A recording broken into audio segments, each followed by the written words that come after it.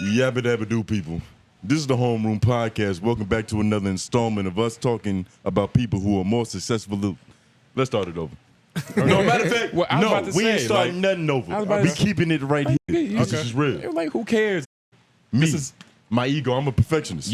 That's a problem. That might be a problem in a couple years. You It might be need a to check problem, that now, but nigga. I mean, I heard Michael Jordan got that same diagnosis, Tony, and he became the GOAT. we can go on a whole little tangent about his problems. But before we do that, this is the Homeroom podcast. Yeah. I'm your classmates on Groove. Jay Noblez. AJ the Menace. And you know, this is a podcast where we talk about people who are more successful at us at what we do. For now. I had to get that out there. Yeah, Yeah. For now. because that's the thing. For now, yeah. And this is these are objective takes as well. And if you can't handle it, then there's always there's always the back button. There's always the There's eject. always the back button. There's always the dislike button. You know, Flaggers. And please hit that dislike because that adds more. hit the dislike and flag us too, especially if Yeah. the facts are wrong. I have no problem correcting incorrect facts. Of course. But the opinions are still going to be flying off the roof, though. It's true. After we get the objective part out, at least for me, I'm probably going to get a little hate now too, just because I find it entertaining. It's free reign. You know, and it's fun, you know, and it's funny. So, you know, yeah, I just wanted to make sure that was known. And anybody can get it. I don't care if I know you or not. You know what I'm saying? So, I don't care if you're in California. I don't care if you're my homie. Anybody can get it, and I expect you to treat me the exact same way. If I do some goofy shit, by all means, make 10 videos about it. And that's the important caveat because, Yeah. you know, on this podcast, we get up and we critique, we comment, we give our opinions. Some things we don't like that you do. Yep. That's going to happen to us as well. Yeah. So absolutely. if you hate this enough, clip it, repost it, put it on Reddit, and tell Yeah. other people how bad this shit is. and tell them to Right. hate So it they too. can know for themselves. Exactly. So we can, because, you know, bad ideas, they got to get nipped in the bud. Yeah, yeah, that's a fact. Matter of fact, let me just go off. Let me go on a tangent. So let me address a couple things first. So one of the main things is I think a lot of y'all don't understand what this content is and what this game is. This is not the streets. We've been okay? misconstrued. Yeah, I think the casual listener and the dedicated listener, I think people include more of their emotions into this than they're investing more of their emotions than they need to. This is a job, number one, and this is a skill and an art form as well too. And then this is content. Let's be clear.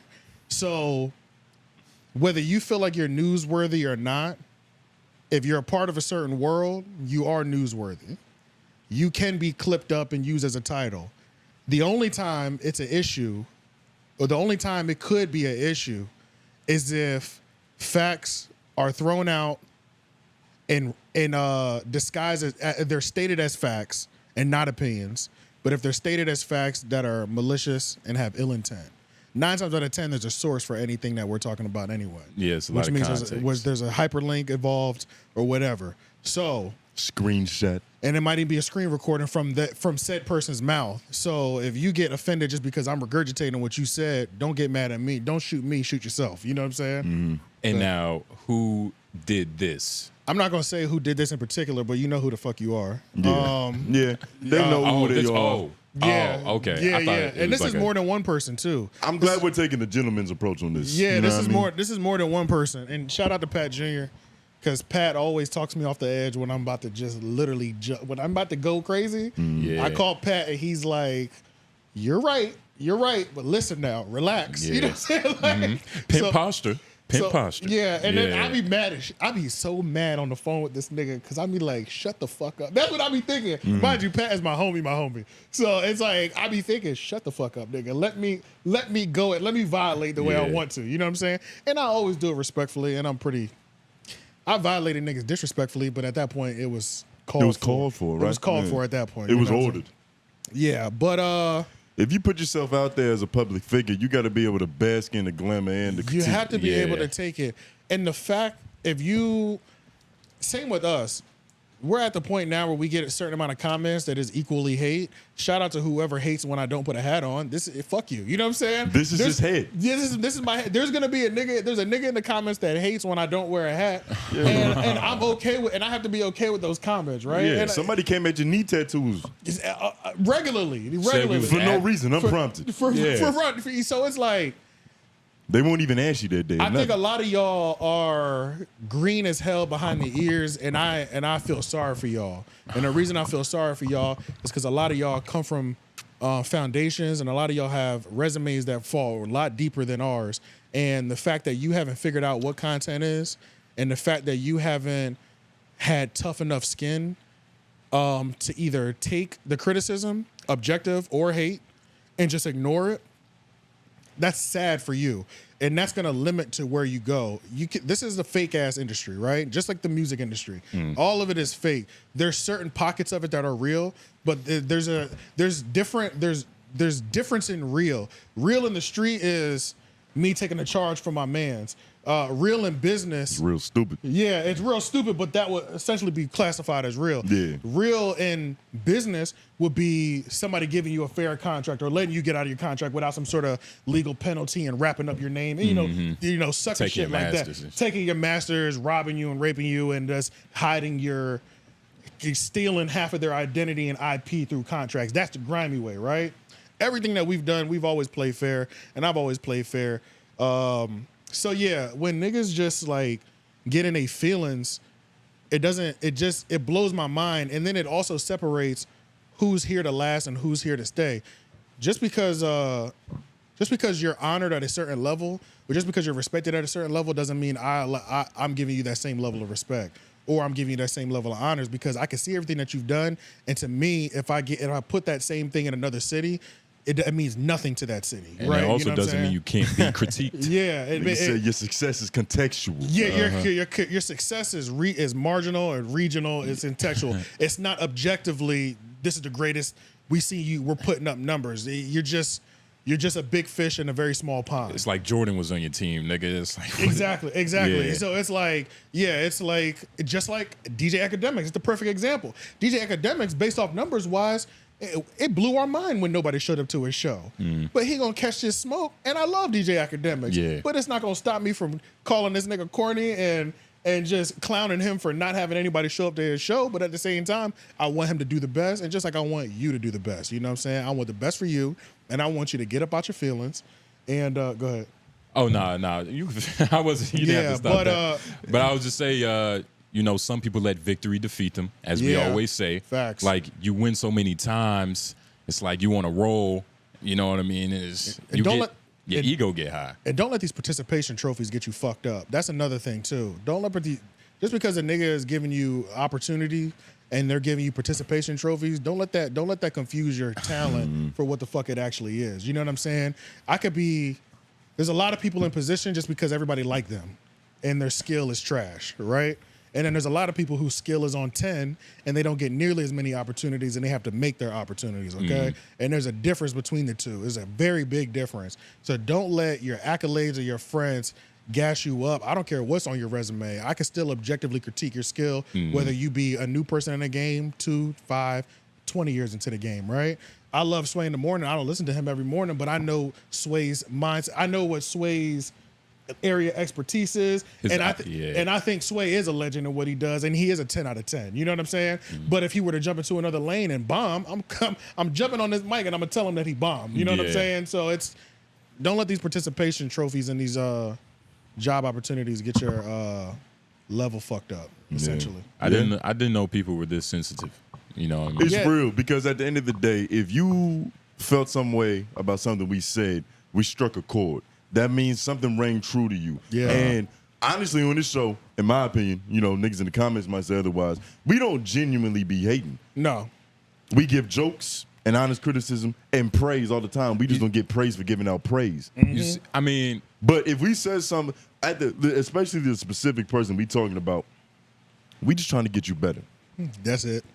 And this might be one of the stages of like dealing with things. Like, what's it called? The 5 stages of grief. Like, you know, Oh yeah, yeah. at first you're upset and confused, and you just pissed off because we did something so well, and now your ego's involved because it's like I want to do things well, but you should just do things well, and then it would never be a problem.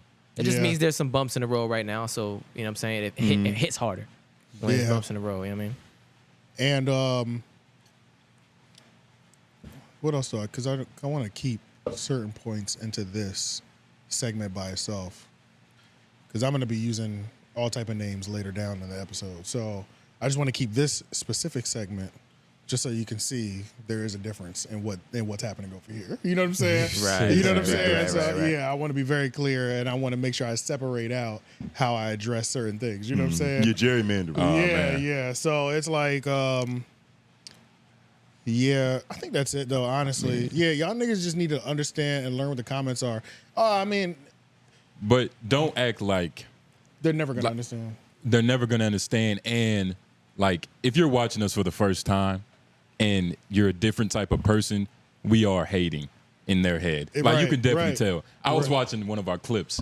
Nigga, you had said you hit the bell, and I had made a joke just disrespecting the nigga, like whoever we was talking about. Right. Like, instantly. It was just off rip. You ain't think twice. You know what I mean? Like, I understand it, but that just shows you, like, their level of game and what they're seeing. Like, they're not interpreting it on the same level as us.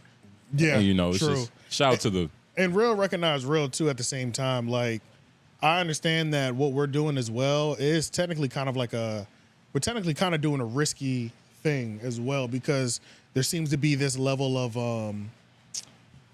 there seems to be this level of formality, I would say, amongst the media, to where it's like Vlad has kind of alluded to it. Academics has yelled about it in terms of like Adam interviewing his ops and things of that nature, and Joe Budden. You know, there's supposed to be this thing of media where we don't talk about each other. You know what I'm saying? And that's not what's happening over here at all. You know what I'm saying? And I don't think that has to happen. And I still think there's a way to do it. There's still a way to get the jokes off and still have respect for one each other. You don't have to like me, but the respect will be there. You know what I'm saying? Yeah, it's all about your influences. Yeah. Like, you know, the person, you know, we're talking about, who knows who their influences are. Right. Like, my influences are mainly comedians. So it's exactly, my presence is different. It's not like a you know, a sunny day like a radio announcer or something. That's a good point. It depends on what your influences were. Depends on kind of helps form your level of sensitivity. Yeah, and your understanding. Yeah, because if your influencers were a lot of comedians, then you have much thicker skin than if your influence was an artist who gets sensitive every time somebody does a subliminal. Yeah, you're more willing to give out a license for the joke, because at the end of the day, that's what's respected the most. Right. And then you can hear I hate you compared to I'm just joking about you. Right. You can hear the difference between the two. Yeah. Because I stumbled across another YouTube channel. I don't remember the name, and I don't know if I should say it. But he was essentially doing what we do, different format, not comedy, as well in my opinion, in a wider space. Yeah. But shout out to him. Yeah, we got to say him. Wait, say it. He's an Indian dude. Comedy enforcement? Nah. Oh yeah, he's Indian, but I fuck with comedy enforcement. It's a white dude, but he comes across as bitter, jealous, envious of the position that they in. Right. So it's like it's easier to talk shit from down here. Yeah, true. It's like he punching up type of shit. Literally, because at the end of the day, we're coming from a different disposition. It's like, it's called Homeroom for a reason. Right. Because we're students of the game. Right. It's just we're learning what we shouldn't do from a lot of you niggas. That's a whole fact. That's a whole fact. That's not our fault because we didn't do that. You did. Mm-hmm. Yeah. And one of the other things too is that I can understand why we would get under your skin, because a lot of us we're not fence sitters over here. You know what I'm saying? I'm jumping on one side of the fence, whether it be the side that you prefer me to be on or not. And I understand that the way that you might conduct yourself in all of your business and on-camera appearances and activities is a bunch of couch sitting, a bunch of fence sitting, but that is also one of the main reasons why that content ain't hitting the way it should be hitting. It's because nobody cares about your opinion when your opinion is on the fence. Literally. Period. And if you Humpty Dumpty for too long, you falling on that goddamn pavement. Exactly. And it's like, another thing too is I don't like I hate when the genders gets put into it. These are 3 grown men talking about other men or talking about other women. Who gives a fuck, nigga? What if we was 3 old bitches? Yeah, bro, they just deflecting, bro. That's a deflect, bro. These are all the worst deflects. It's like that's like academics talking about, yeah, well, I mean, I got $1 million though. Like, it's like, yeah, who gives a fuck, nigga? We could be three queer midgets, nigga, and it's up on you niggas still. Like, let's not get it twisted. We could be 3 7-foot tall lesbians. Yeah, and it's up on y'all. Birkenstock's on right now. You know what I'm saying? Like, that's such a weird. Like, what does that have to do with anything? It's a deflect, bro, and it's a deflect, and it's one that the average nigga will fall into, and the average nigga will ride by. I don't give a fuck. I don't give a fuck what your gender is. I could care less. And most times when they say stuff like that, it's because they have nothing else to say. Yes. They have no other recourse, you know, no other way to come at you. So it's like, let me attack some. Let's split some hairs real quick. Yeah. So, and let me see if anybody else in the comments join in. But typically people defend us. So if you got to split hairs to fade a nigga, then there's a problem. Right, bro. And there's not too much that can get me to shut up. If it's that big of a deal, send a cease and desist. You know what I'm saying? Yeah, so legalese will shut this nigga up real quick. And that still might not shut me up, depending on what the cease and desist say. I might just send you back the link that I got. But they can't even really send a cease and desist if there's no like you can send me a cease and desist, and I'll just send you back the link that we got the source from. That's what I'm saying. That's what I'm saying. Like, they won't have, unless you're like regurgitating false information or anything, like, you know, then it's not gonna work. Like, it ain't gonna work. So, but if you're really feeling froggy, you know, send a cease and desist, and then we'll deal with it then. Yeah, nigga. You know, yeah. So, yeah, that's all. That's really what I wanted to say about that, just to kind of let the record reflect, and you know, just remind niggas what this is. You know what I'm saying? You know, that has to be known. It has to be stated. Yeah. There's a reason that there's a table of contents in the beginning of the book. Right. You got to know what you're getting into. Yeah. And now's your time to exit. Now's your time to exit, because for the rest of this, I will be using names. You know what I'm saying? Names, images. Yeah, for sure. Dental records. That are all public information. Yeah, for sure. Absolutely. Yeah, absolutely. Yeah. All right. We don't have enough research. We don't have enough research connects to get declassified information. Bro, that's another thing. So, speaking of that, unclassified information. We never covered this before, but shout out to Danny from The Stop. Danny from The Stop got in some really hot water about a week ago. It should have been covered on the last show. And I do want to, going at content creators, I'm not going to go at Danny. Danny, I'm not coming at you. But it's just like, I just want to talk about what happened with Danny. That is something that Danny hit like one of those ethical moments where the audience got to see his ethics in content. And because Danny is a part of Discords and Reddits, not Discords and Reddits for the Rory and Mal show. And what happened was he screen recorded. You know, they be having like, I guess Discord will be having like Clubhouse style conversations or whatever. So he recorded a conversation that Rory was having in there and included it into a video and put it out. But the killer part was Rory asked or requested, "Hey, Danny, please don't record this." And he was like, "I'm not recording." But Cap. And in the video, he said, "I wasn't recording when he asked me." Okay. One of those. And then, but 5 minutes later, I said, "He's cooking, so let me record," and then make a video out of it. Nigga said that shit expired. It's time now. Yeah, so it's like, he was recording the whole time. He just chopped up what he put out. He just cut it right then. So little post edit. So he puts the video out. Now that puts a rift in between your relationship. Between Rory, who essentially has supported you. You know what I'm saying? Rory has like when you watch to the end of the Stop's videos, he's like, "I'm not giving the Stop no exclusives." You know, he has these, just like Chiggs. He got the drops. Chiggs got the Joe Budden drop. You know, Chiggs Smooth's recording. You know what I mean? If you're in here, so I always thought it was interesting, and I think that is kind of one of those things. So Danny puts a video out.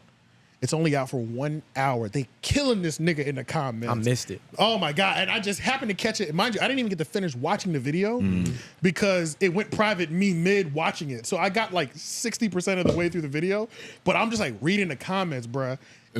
I'm sorry, was the video like cringe? Like a little bit. Because he sounds a little paparazzi-ish. A little bit. Like, because his posture in the video was pretty savage. See, so Danny, this is my tip for Danny. So like Danny, I think you could have gotten away with it. I understand the posturing. His posturing was, this is exactly what he said. He said, there was one time I was in Discord and Rory was going on an epic rant. And all I kept thinking to myself was, damn, I should be screen recording this. This shit is golden, right? Right. And he said also, I would never let a moment like this. I'll never let a moment like this pass again. You know what I'm saying? Without me being able to screen record it and capture it. So when this second moment came up and he screen recorded it, even though they asked him not to, in his mind, he said, I don't care because I already made a promise to myself back then that if these niggas, if you go on another rant, I'm recording it and I'm making a video about it. The only thing that I think that I do think is a little grimy, but I think I'm okay with grimy. You know what I'm saying? So I think you would have been okay doing it if you would have left it up there. But then you also can't become such cool friends with people. Like and fucking, what's that one? It's better just to stay in the background. You know what I'm saying? I wouldn't be cool with you. Yeah. Have personal conversations. Say I'm not recording, and then purposely go behind your back. Right. I'll just never be cool with you. You know what I'm saying? I plan on using you in that way. If I plan on using you in that way. You know what I'm saying? So I think there was a way he could have done it. Nah. You can scheme ethically. You can scheme ethically, but it looks bad when because that's you pose yourself as somebody that's with me. You know what I'm saying? Yeah, I think it is foul though. That's like it's fucked up though. It's fucked up. Yeah. And you know he felt bad about it because he took it down immediately. Took it down within an hour. And you know why he was able to take it down that quickly? Because he was watching everything live, thinking to himself, I got to see what people say about this. Like in his head, he had to see what people were saying in real time. He needed help rationalizing. Exactly. And and he found out from the people that I got to get rid of this shit. Essentially. He's probably like the worst of his kind. Like what type of what type of video styles does he do? I'm not too familiar with his work. It's like Chigs. Like reporting. It's like Chigs, but I would say he specializes in Joe Budden, the Joe Budden universe, and Joe Budden breakoff universe, which would be Rory and Mal. So like that's his specialty. I don't know. And I don't know. It's pretty grimy, honestly. But this is the thing: there's grimy niggas in content, and there's people who their job is all they do is steal other creators' work. And this nigga, the new Jason Lee. Yeah, but the thing is, it's like you don't need to be making yourself known. You know what I'm saying? Right. You need to be moving with a certain level of anonymity if you want to be grimy, I think. You know what I'm saying? Like, I don't want to be on first name basis with Rory and Mal if I know I'm about to like stab him in the back on content whenever I get the chance. But how do you feel about his apology video?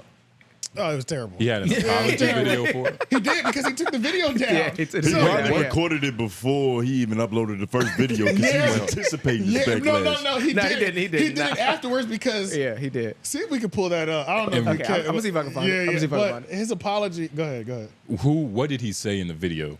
Because that's probably in the first video. Yeah, that's to important. be fair. I don't remember what he said. But like just like what was Rory going off about? Was it something to be embarrassed about? That's like, why would he delete it? No. Or is it just simply because of the principle of privacy? It was a principle because it wasn't like Rory was like giving his fans an exclusive, like my baby's on the way. Like he was finally going off about Joe Budden. Yeah, no, it wasn't even that, bro. It wasn't even, honestly, and that's another thing too. It's like, it wasn't even to me, but I'm not as invested in the Rory and Mal world or the Joe Budden world. So when I'm hearing the rant, I was like, I don't know, this just seems like the typical Rory rant to me. You know what I'm saying? So I can't get behind that. I can't get behind this type of griminess. This is like taking the condom off while you fucking. It's bad. Essentially, it's slimy. It's real slimy. Yeah, you slick. I can't be around too many slick individuals because eventually I'm a slip. But can you forgive somebody like that though if they come back on some like my fault? And that's another thing. You can't, huh? And he can't. That's just more grease for them to get slicker. And that's why you have to fully, if you're gonna be grimy, if you're gonna do something grimy like that, you have to commit because you'll never have that person's trust again. So you might as well. That's why I'm. You can't delete the video. If anything, you keep it up and then post an apology video with it still up. Exactly. Like, yeah. So it's like because they'll never. You're not gonna have that trust again, bro. But you had a good thing going originally. Like he really had a good thing going. I've had several pharmacists locally that I've purchased prescriptions from. Right. That the work was given to me before the payment fee even processed. Just off the trust, off the love. Oh, for sure. I could have ran away with my prescriptions. Could have ran away from the plug. Yep. But why ruin a good relationship? Exactly. Yeah. So that was one of the biggest things. I think that was the biggest L that he took. It was instant gratification. Yeah, he robbed his connect. Because He robbed his connect, imagine that actual nugget of gold that Rory could have gave him that's on some exclusive. It's the 𝔓𝔦𝔐𝔬 video.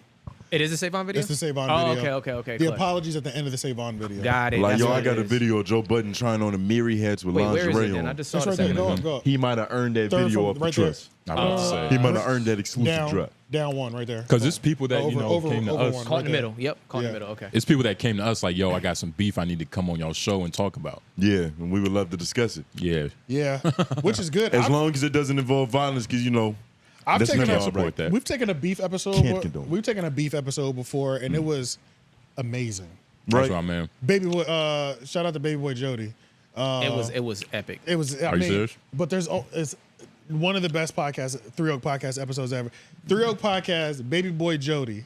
Yeah, It does not matter if y'all know him or not. When I say that shit was it was like watching Soulja Boy.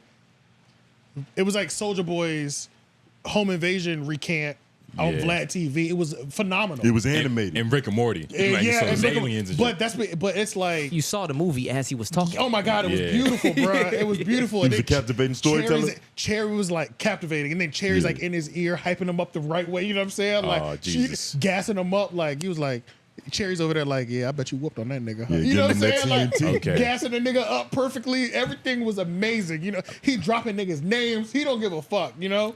Oh, yeah. I can't wait for ours then. Yeah, we're Yeah, definitely so gonna have it's to hit that guy back. And those are always risky too, because it's like we've had other people like say beef on there. But Yeah. the story be so dry, they don't want to drop no names. It's like, nigga, if you're gonna jump off the bridge, jump off the bridge. Oh, bro. he You know- he mad over $2. yeah, I was about you know to what I'm say. saying? It's like this It is costs more for us to. yeah, you gotta have a good story. You know what I'm saying? Yeah, and, like and the person saying it needs to be good at telling stories. You go on another person's platform to not talk about the biggest thing that ever happened to you, and and that we all want to know about. Yeah, like what part did you punch him in the face? Let's get to that. Yeah. Exactly. Let's Yeah. speed through this. So yeah, and it was a great story. But yeah, this is the apology. Yeah, this is the Okay. part where he starts apologizing. Says, "I apologize to Rory." You got pink eye?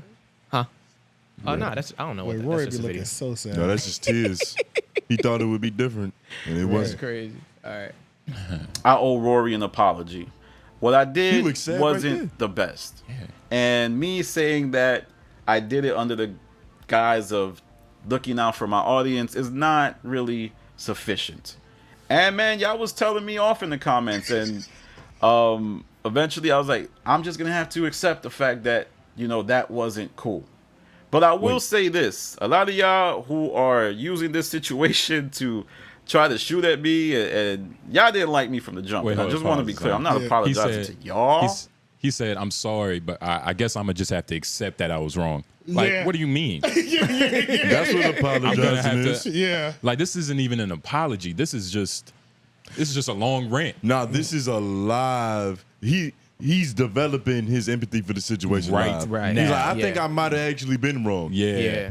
But Yeah. it doesn't count because too many people told him he was wrong. That's You know what what I mean. It's It not didn't come righteous. on his own volition. Right, He right. wasn't in the shower Yeah. thinking like, yo, I might have screwed this nigga over. And he Right. still doesn't think he screwed him over. Because Like, if this would have went successfully, this is not what happened. But you don't think Right, sometimes that's you a fact. you That's don't a think fact, sometimes yeah. you need another person to kind of remind you. Like earlier, you talked about you was about to jump off until Oh, yeah, somebody yeah, reminded yeah. you, and you was like, you know what, I shouldn't have. Let me back back. Yeah, So- and there was still certain things that I was not going to do. Right. There were still certain things that I was not going to do. Facts, like facts. Off the record conversations that were never public, were never Gonna ever be put out. Gonna be public. You know Right. what I'm saying? So Nah, there were still certain things that I was gonna jump off the bridge and still not do certain things. You know what I mean? And he still first asked somebody before putting the content out and seeing what the public thinks about it. Yeah, Mm-hmm. yeah. did a lot more than this nigga. And why is it 16 minutes? Is that I need my Because glasses. there's a whole nother video. There's a Before whole it. nother subject to this video. So this isn't. So he put the full video out. He put the grimy video out, right? It's up for 1 hour. It comes down. He puts out another video that he already had in the tuck, but just added his apology to the back end of that video. Interesting. I don't Yeah. even know what to. I don't have the diction to like think of a word to call him. You get what I'm saying? Like my brain is kind of hurting right now. I Yeah, can't yeah. even. The nigga's an enigma. Yeah, That's literally. what this is. Yeah. I need to read a dictionary to Yeah. find a disgusting word, a slimy Yeah. booger. Yeah, so it was a little crazy, you know what I'm saying? Which is why it's like because this is the thing too that I think a lot of people don't realize. We can hear the sincerity and the difference. The dishonesty. We can hear the dishonesty. You know what I'm saying? Yeah. And it's like maybe those are the comedian ears again. That To we a have. trained ear. I was To just a about to trained say. ear, To yeah. a trained ear. To a trained ear, Yeah. we can hear the dishonesty. You know what To I'm a saying? liar's ear. To numerous fucking tall tales, nigga. I'm about to say. I know when it sound good. Yeah. So it's like this, even as apology, it don't make me feel good, and I You watch can't it. convince a liar, nigga. That's what I'm saying. Yeah, and I'm okay, and I like. That's why I watch people like Star because this nigga is a proud rat. It doesn't get no better than that, bro. It doesn't get no better than watching a 56 or 59-year-old man pat himself on the back on live, saying that he's proud he just turned somebody into the FBI. It don't get no better than this. You know, like that's the type of shit to make him chuckle in the shower later, just thinking about it. Like, bro, on Angela Yee. Bro has so many moments. He said he started a show off one time. He said, "Y'all, I woke up in the middle of the night and just started dying laughing because I wasn't sleeping next to a bitch with cellulite." He was saying, "And my life is so good and I'm still rich." He was like, "And all my enemies are dying around me." See, like, that's admirable. He's grateful. Yeah. You know what I mean? You gotta enjoy and love your circumstances, even if they ain't the best. Yeah. But let's watch the rest of this. I was about to say, like, does he say more stupid things? Kinda. Yeah, kinda. I'm apologizing to Rory. And I maintain that Julian bugged out. And at the end of the day, I don't think you could have expected me to have a proper reaction on a Patreon Discord where there was like 40 people. It kind of felt like you were trying to strong arm me into apologizing. And I felt like that conversation could have been handled differently.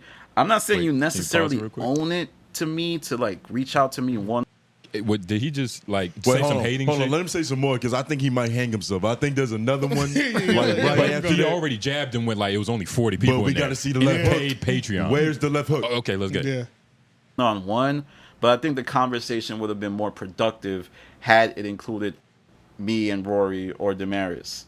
And I maintain that I don't necessarily need to be in bad standing either. Like I don't want there to be friction. I don't want these folks to think that I am trying to sabotage them. That was never the case. Too late. I feel like the fan discourse may make it feel like that, but that's not what it is. I truly support Rory, Maul, Joe. I've bought tons of merch the hole that you was talking Rory about. and Maul. I've donated mad money to Joe Budden's. Because now he's just because like, he already digged the hole. He's going off. He's very deep into that hole, and he's being buried alive. And see, the thing is, he doesn't really. He's obviously not sincere, and he's not even trying to be. Yeah.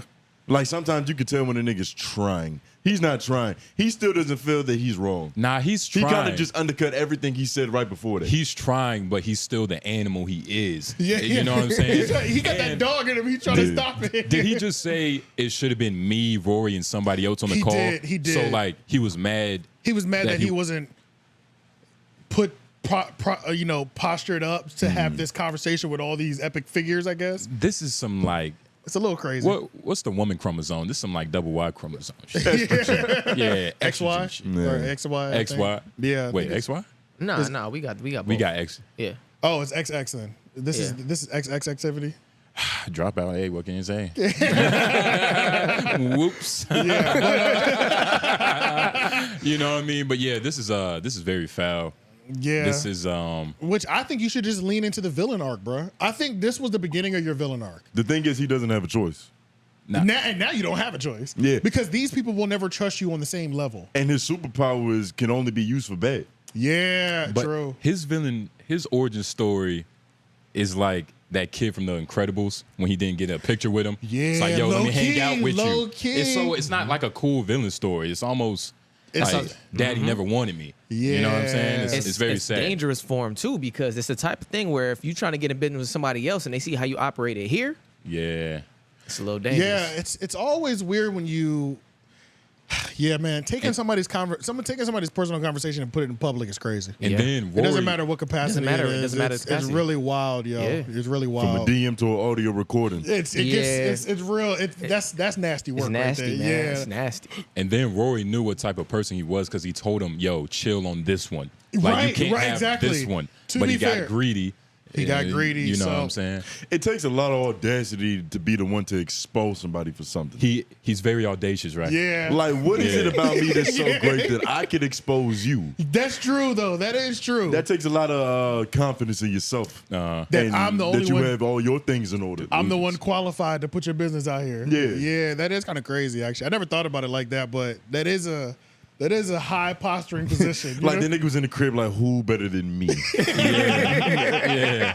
Nobody's going to do anything about this, huh? Yo, dead ass, though, That's kind of bro. crazy. Dead ass, And then he though. apologized for. Yeah, and then I don't see myself ever apologizing on the mic because I don't see myself doing something crazy foul either, though. You know what I'm saying? I If don't. you make a genuine mistake, that's different. No, That's I'll correct myself. Yeah. I'll correct certain facts, but I won't apologize, though. There's got to be a scenario where you're gonna have. Well, I not gonna listen, have it, maybe. but there could be a scenario. Maybe I'm saying I it's just don't see it. I'll I can see that. apologize. I can see that. But like, for me to apologize, I would have had to said something Wrong. that like I wasn't righteous about. So I feel That's how like, I feel. Yeah, you know, that's how I feel. I wouldn't even, Feel like I ought to be coming from like a really evil position. you know. Yeah, what I mean? you'd have to be And I doing would- something wrong. Like, Yeah. And I'll make a probably mistake. apologize on spot if that was the case. Like, nah, I'm just playing. I'm sorry. Yeah, Fuck one of am I those. But like, or even stop yourself halfway through. Yeah. but like a press apology, that ain't happening. Yeah, he need a sip of coffee. This nigga on some depressants. So yeah, You know, because this something. came out a little while ago. So, but shout out to Danny from the Stop. I watch your content. You know, this is an interesting position that I think you find yourself in as well. Where the future is. Your subs are still going up. Did he hit 10K yet? He's about to hit 10K. About to, yeah. Because I think when I found your channel, you were at 7 or 6 maybe. It's just been flying up recently. So I mean, he's going to continue to keep doing his thing. I'm interested to see his. I want him to talk. He ain't going to talk about it. I'm interested to see how these Rory and Maul. I wonder if they kicked him out the Discord. Maybe. You know what I'm saying? Because That's a banishable offense. Yeah. yeah, very. and then I know there were some people who were also saying things like they should take his channel because I don't he know took about that. but I don't think it's that That's serious. extreme. That's egregious. Yeah. I don't Yeah, need I Yeah, don't that's a think- little out there. Yeah, because I don't too think much. Discord isn't that private of a server to where if you rip content from Discord and put it on YouTube, it ain't that big of a, you know what I'm saying? It ain't none shit like that. So I think you're fine. It's just you left a bad taste and people that were helping you, you're in their mouth. At the end of the day. Yeah, which Bit the is hand that feed him. Like, and even the people that because even the people that have reached out to us that have helped us, they know we're still gonna talk crazy about them, but they know that though. So it's like, but we also are not gonna like shout out to Flacco. Me and Flacco have had off the record conversations that he knows I'm not gonna say this on the microphone. You know what I'm Right, saying? right. Like, Yeah. I'm asking you genuinely, look, off the record, like, what do you think is going on back there? And I'm not gonna repeat what this nigga said Yeah. to Right. fuck up his business. You know what I'm saying? Exactly. Because I would never do that. You know what There's I'm saying? mutual respect. There's being mutual had. respect there. But if the nigga jumped out on the YouTube video, then I'll carry it over. But until then, and it's not itching in me either to do it. You know what I'm saying? Right. So yeah. But Danny from the Stop, man. Hey, Hey, feel free Danny- to expose us next. I got some secrets. Danny's watching because go to his main page. Danny dropped a Where's Wax clip, and you know, Yeah. Ooh, I know the should we situation. transition into that after this? yeah, we'll transition into that next. So shout Make out to it smooth. Shout out to Danny, but I know you watching us, so because everything said it when I saw that Where's Wax clip drop. But we're about to address it, and you're about to see how we do it. So, Where's Wax Part 2? Shout out to Brea Idiots, and shout out to Reddit, because Reddit, there's been somebody in Reddit in the Brea Idiots Reddit that has like low-key been terrorizing niggas for the last 2 weeks, because since our Where's Wax video came out, the first one, we hit that put YouTube on crazy, right? We're at 90,000 views now. So we sparked that conversation genuinely, like amongst the Brea Idiots world again. We were just some concerned fans. That's it. It's And one of so- where my homie was. So there's been somebody in the Reddit that's like, I talked to Wax and I know exactly why. Yeah. So it had a bunch of upvotes, but then he didn't say nothing in there. He was just teasing. He kept teasing was niggas, posturing. talking about I had conversations with Wax and blah, blah, blah, blah. And so now, maybe a week or two later, he finally drops the screenshots of, conversation between him and Wax about why Wax isn't there. What is your confidence in the authenticity of this information? It's like, I'm not 30. There's three sides, his, her, and the truth. So I'm at 33% right now. But you know even the screen grabs. This looks like a conversation. These are real DMs? This feels like a conversation that you would have with Wax. Like, you know what I'm saying? Like, there's one point where he refers to himself in the third person, but Wax would probably do that. Yeah, so this shit says who's Wax. He asked himself where he was. Yeah. So this is on brand. I take that back. All right. Yeah, so that's why I'm believing these screenshots for face value. We gonna read them? Is Wax the type of person to triple text? Probably. Y'all think he's the type of person to to triple triple text? grammar to where he probably ain't getting so. it all out in one sentence. Yeah, I think so. And who does this person say who he is to Wax? Is he just a fan, a concerned fan, like random DMs? He's just a fan. So we can start from the beginning. They can't see this, right? Yeah, they can. Okay. 9:14. It's gonna be hard for them to read it though. Actually, let me do them individually so y'all can read Yeah, it too. because it's I kind got of it hard. right here on the phone. Yeah. Yeah, and I put them in order. So go ahead, read them. Yeah, so From go top ahead. to the bottom? Yeah. All right, so Wax responds to something. He gave some fire emojis to whatever somebody just posted. The first one was it looked like they've had a back and forth conversation too. Obviously. Yeah, there's a rapport here. So the first one was, bruh, come back to brain idiots. People are devastated. Wax goes, ha, they said I suck, so I left. This is, wait, hey, you be blue, I be gray. Because then I'm not going to, it just makes more sense. All right. Nigga said, this is the worst news I've gotten all year, dog. Yeah, they never wanted to pay me, so I had to go. In South Carolina now, building up my resort on my land. All right, that's that one. Oh shit. All right, he said something else, but yeah, I It's can't. gonna be on the next It's on the one. next one. Oh, it's on the right next here, one? yeah. Mind you, Jay Nobles is the person who's getting the information from Wax, if that wasn't clear. And you are Wax. I am Wax. Yeah. Whoa.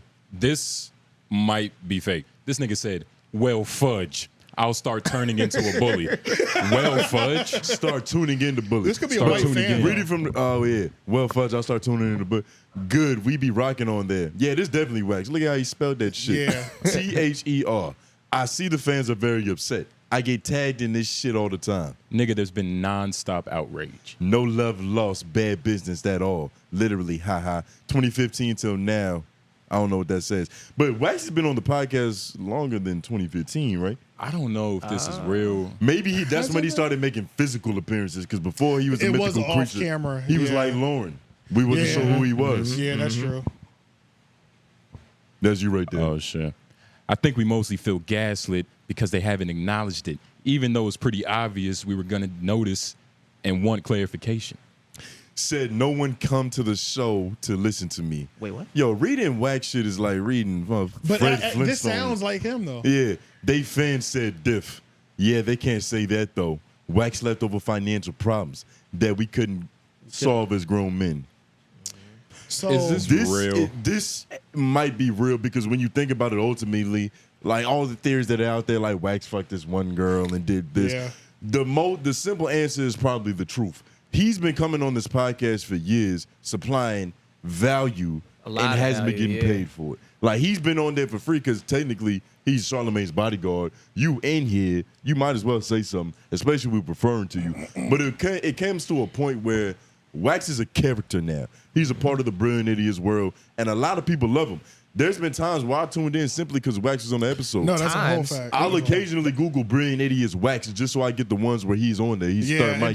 just go back into history. Bro, there's a time I was only tuning in to make sure that, like, because he was there. There was Yeah. a good 2 month. There was a good 2 month period. I don't know what Charlamagne was doing, but he was coming in Brilliant Idiots late all the time, and it Oh, was I just remember Wax that. Yeah. and Schulz Yeah. starting off the show, And it was Yeah. and it was Yeah. amazing. Yeah, yeah. Yeah, that's true. I forgot about They that. didn't miss Timmy. a single beat. They had Yeah. enough Brilliant Idiots to spare. Yeah, true. I don't know, dog. This nigga said, well, fudge. I'm a little skeptical. That's the fan, I though. can't- That's the fan. Well, fudge. Hey, I man, you haven't can't met control who likes you. I He's got to haven't be met- white. He's got to be white though. You right? ain't ever had a fat girl that had a crush on you? It's the same thing. Now all your viewers are gonna be as pimping as you are. Nah, they dog. watching you to get a dose of that. They're here for a reason. Nah, dog. Well fudge. Well fudge. Hey, don't hate on their demographic. I don't know, dog. It was an old white lady that told us that she watched our shit the other day. Imagine what she would say to some of the things we say.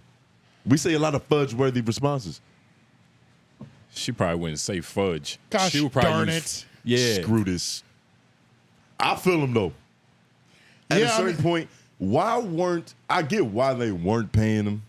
Yeah. But so you don't think that they recognize the value in having Wax on there? I mean, the amount of time he spent there, I don't get why they weren't paying him. Actually, Well, no, I don't think they were paying him they just weren't paying him what he wanted. Probably. at first. But when they started shooting at WTF Studios, and it was like he had a spot, he had a chair. Yeah. Yeah. Like I thought that meant the contract got signed. Right. Because it was like because when they were like moving around studios, he would either start off the show just because somebody wasn't there or just come add 2 cents because there was a story that involved him. But like there became a point mainly when they started moving to different studios, like WTF Studios, when it was like, no, there's 3 camera angles every time. Just like they were doing with 𝙿𝙾𝚂𝚃 for a while too. Yep. You know what I'm saying? So I thought at that point, oh, he must be on contract. So it is weird if they're like, we expect you here at this time for this recording, and you're not getting a cut. That kind of feels like a job with no salary. Yeah, exactly. But That's honestly, volunteer work. Honestly, he might have got something because he said it's just, you know what I'm saying, they couldn't work it out. So he might have Yeah. got something initially, but what he saw was like, yo, we in the finals. I just dropped numbers. I need to renegotiate. My contract is up. True. No True. monetization Renegotiation without time. representation. And then once True. he renegotiate, they couldn't come to terms on it. And then it's like, all right, I'm out of here. Yeah, but for me personally, it sounds like he was never getting paid, and I can see wouldn't- that easily happening. Yeah. But he's smarter than he gets credit for. Most Way definitely. smarter. Way smarter than he gets credit for. He plays dumb. Yeah, all the time. It's like he's not book. I don't even know that, but No. but what he says, he's not book educated, right? But he's still smart. He has intellect. His still. street IQ is through the roof. Yeah, street IQ and intellect. That's different than Yeah. book smarts. You know His what I'm life saying? knowledge. There's points in time, and it used to frustrate me back in the day because I couldn't tell if they was doing it on purpose just to have content. Like when Max Kellerman say something stupid and Stephen A. Smith just drags his nuts over his forehead. Oh yeah. With Right. information and talent. Yeah. Look, there's been times where Wax is saying something, and he's not the most poetic, but you know exactly what it he's means. saying. It makes And there's 100%, times yeah. where his delivery is better than just being Shakespeare Right. with a bunch of high diction and alliteration and all these literary tools. He's giving it to you a lot simpler, and it makes more And sense. it makes sense. Facts. I used to get tight when they acted like it What? didn't make sense though. Oh, the nigga he farted? just let some Oh. go. The dog Yeah, I used to hate when he did that, and then they tried to give him shit, and they wouldn't like. They act like, "What are you talking about?" I mean, come Yeah. on, we Like, get what he's making the saying. most sense in He's this making the room most right sense now. right Yeah. now, bro. That's what I love bullying the beast, and that's why I have like a love-hate relationship for L'Oreal, because it's like she can't take any position, but she has more respect for him now, though. A lot more respect for She had Wax to now. build up on that. She Yeah. had to build up, but it was like for the longest, it was like he was this idiot. He to was her. just a loose like figure. this big beast. He was Yeah, the dude he from was just Mice this and Men. big ass dumbass nigga. You know what I'm Yeah. saying? And it was like frustrating to hear The way she treated him. the way she talked to him all the time, and it's like this nigga's obviously making complete sense. Like, cut it out. You know what I'm saying? And It's he was laughing at first, but there was a point where you could tell he was on some shit like, "Hey, you gonna start talking to me like yeah, that?" you're not gonna Yeah. keep disrespecting me on this camera because Yeah. it's like we're supposed to be friends, you know? Yeah. So it's like they have that respect for each other now on the show. So He has his own weed brain. Like, Yeah. he's no dummy. But Being he ex- said- oh, my fault. Go but I ahead. was gonna say he said he's in South Carolina building his resort. Y'all trying to take a trip to the resort? I'm with I it. would love to, and that's something about Wax that I've always admired is that he's always had some type of infrastructure. Whether sure. it was his chicken farm. Yeah. What the nigga went to college. Yeah. Facts. He did and But got a degree. I want to do his podcast meetup shit where he had like podcast paintball and shit The like that. paintball. Oh, I didn't know he was doing that. Yeah, he was Yeah. like, bring your crew, come paintball with us or whatever. Down in like, South I hope Carolina. he still does that because I want to pull up And on we that. in North Carolina, so that's nothing for us to take a Yeah. road trip down there and link with Wax for some content, Absolutely. a paintball joint, resort stay. Nigga, you know? I've been to Myrtle Beach to look at pasty sunburnt white bitches. right. I go there to shoot paintball with Wax. Yeah, facts. Most Facts. definitely. Matter of fact, everybody who fucks with us, go ahead and send this in his DM over and over so he know to look at it. Yeah, facts though. Dead ass though, because we're not far, bro. We'll pull up on you for sure. It's a perfect way to see what our power is. Yeah. Because if he gets 1,000 people, like what you were saying, like Yeah. we need to start seeing like, Yeah, what's our call to response? yeah, How well do you love us? like yeah, Yeah, facts. y'all Yeah. really are soldiers. Yeah, Dude, yeah. extortion- Drop a bunch of emojis. Drop these emojis in somebody's comments. See what happens. Rate Yeah. this bitch. Extortion is a dramatic word, but when you really look at the totality of what's happened here, Wax has been the source of a lot of big moments for them, a lot of Yes. stories, a lot of like classic catalog content. Yep. There's just like inside jokes between them. Bro, they And- dragged that shit clip for years. Oh yeah, yeah. They made songs out of things, as Wax has said. That's a whole fact. That's a whole. That nigga dick big as hell. That nigga dick big as hell. They pried into his relationship life. Yeah. Yeah. That was when they crossed the line. But it's Facts. like, yeah, it's crazy. But I mean, just kind of thinking about like we've had conversations about how like Charlamagne is like in his heart PC now. You know what I'm saying? Yeah. And it's like when he lost Wax too, bro. Once he called Wax a former associate Yeah. on the 𝙿𝙾𝚃𝚃, not 𝙿𝙾𝚃𝚃, $1 million worth of game interview, I was like, wow. Real. He spoke about him like he was Joe Budden. You know how they subliminal, Yeah. they don't address each other formally? Not the Yeah. nigga that you genuinely went to war with, like that was that several times. It Like, probably saved you from a lot of different scenarios. yeah, like Facts. you got punched on and you were like, get your ass up here. Like Mace you're probably with me now. Mace probably would have thrown a bread roll across the restaurant at this nigga Wax won't dead with the baseball gloves. Yeah, so it's weird, man, and it's like, but that is one of the good things too. That anytime there's a breakup, I understand certain things do just genuinely come to an end, friendships and things. Because I've had like longtime friendships that have just like come to an end, or not really come to an end. We're not beefing, but it's just not the same no more. We don't talk. You know what I'm saying? Yeah, the rhythm is different. The rhythm is different, so it's like I understand that's gonna naturally happen anyway. Yeah. I just hate when they're like public figures and one of them just like it looks like one of them completely fell off. So I'm just happy that even though we don't get to see Wax every week on 𝙿𝙾𝚃𝚃, we know Wax is good. You know what I'm Right, saying? right. He's fun. Like we know he's in South Carolina. We know he's been doing the weed thing. He's been doing the chicken farm. Now he's building a resort. You know what I'm saying? It's like we know Wax is good. You know what I'm saying? So Yeah. it's always a lot easier to just like have a content separation when you know somebody's good. Right. It's like it hurts when you see a content separation and one person continues to do either better or just stay at the same level. And then the other person, you're like, this nigga's fighting for their life. You know what I'm saying? Right, Like, right. That's when you be like, God, Like please. Delonte That's when it West. hurts. That's when it's Yeah, personal. that's exactly. Yeah. That's when it hurts. Nigga Where hit it's rock like, bottom. yeah, exactly. Rock Yeah, bottom. literally. Yeah. But, you know, we still haven't addressed what the real problem here is. What? Wax doesn't have a black pussy. And Charlamagne is at the point in life where he only wants cocoa butter women around him. He only supports black women. Yeah. This is what it is. Yeah. He ain't have enough ovaries. And, you know, there's nothing you can do about that. Yeah, he was too He was too misogynistic. masculine. Yeah, too masculine. Yeah. Too masculine. I don't want to say misogynistic, but masculine. Masculine. Too Yeah, masculine. he was too masculine, man. You know, it would at least gave Charlamagne one more piece of content to joke about. You know what I'm saying? To where it's Yeah. not just gay jokes. I might not even think he's that PC anymore if he was still joking. We should probably make this his own segment. I don't know if we've addressed this before. Hold on. That nigga dick big as hell. Yeah. Nigga dick big as hell. Yeah. That was the song they made. Yeah. They made it. Don't say don't say they. It was a song Charlamagne requested. They. Which is the theme. That's his pronoun. Which is the theme of this segment. I think we might have mentioned this before, but Charlamagne, the God is gay, right? Nah, we can't put Right. that on him. No, we can't no, put no. that We on can't him. put. We Allegedly, can't say no, that. no, We no. can. No, we can't say that. Yeah. That's too direct.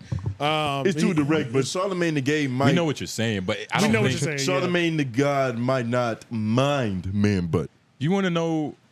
I think it's on the same thing. Like, I've never been on a football team, but football players, they have a unity, a brotherhood. Yeah. That can become a little ticklish. Yes. You get what I'm Very saying? ticklish. And because it's like a brotherhood, you feel freer, you feel looser and shit. But You he get what I'm has saying? that But- locker room brotherhood with his podcast viewers and radio and like with people who enjoy his content. But that's his locker room.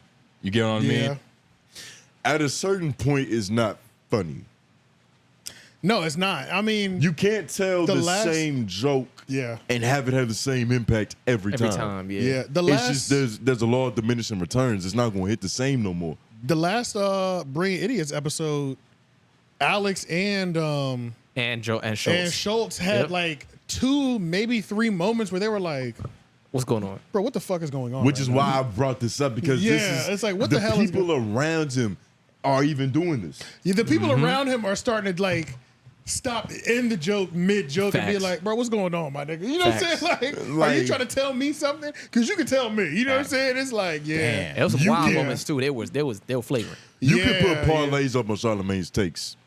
It's gonna involve probably a penis, a black woman, or like somebody on Reddit said the 94 crime bill. Right. Like that's his go-to political thing. You just got to bet 2 minutes, 25 minutes. It's like which one? You think that's what it is? You think he's exhausted all of his like pools of like things to talk about? Man, no, I think that he's very interested in a particular subject. We did talk about this on a previous episode or clip where it was like he pretty much it's just like the fact that he chose to take all of his edginess out and replaced all of his edgy takes with gay humor. Yeah. That's essentially what it comes down to. Okay, so we did talk about this. Put it this way to make it something new. Yeah. I'm considering listening to his content less, which is the first time since I've been a fan of this nigga that that's ever been a question. You ever had a question that's ever been a thought? I think I've already done that. Naturally. There's points in times where I'm listening to Brilliant Idiots and my mind wanders off to better things. Bro, that happens all the time. Yeah. It's not the same anymore. And Schulz has moved on to Flagrant, and even though he goes too far sometimes, it's like still way better than me. Flagrant than Brilliant Idiots? Yeah, today. Yeah. That has been a thing for me lately as well. Today. Well, you know, the thing with Flagrant and that's not perfect either. Yeah, it's not perfect. No. It's not like my favorite. I told you, I'm still a Joe Budden guy when it comes to listening to the podcast, but right. It's like better than Brilliant Idiots for sure to me. Can we talk about Akash? He's a no. I'm glad because we'll just turn this clip into is Flagrant better than a billion idiots so that we can cover all. So people. That we can cover everybody, but content, baby. That's why I can never be a regular Flagrant listener because Akash's forced laugh is too much. Yeah, I don't know. It's too much. He's a giggler. Yeah, it's too much for me. He's a giggler on demand. Yeah, the joke is getting set up. There was a moment on, I believe it was the last podcast, where his giggle came premature.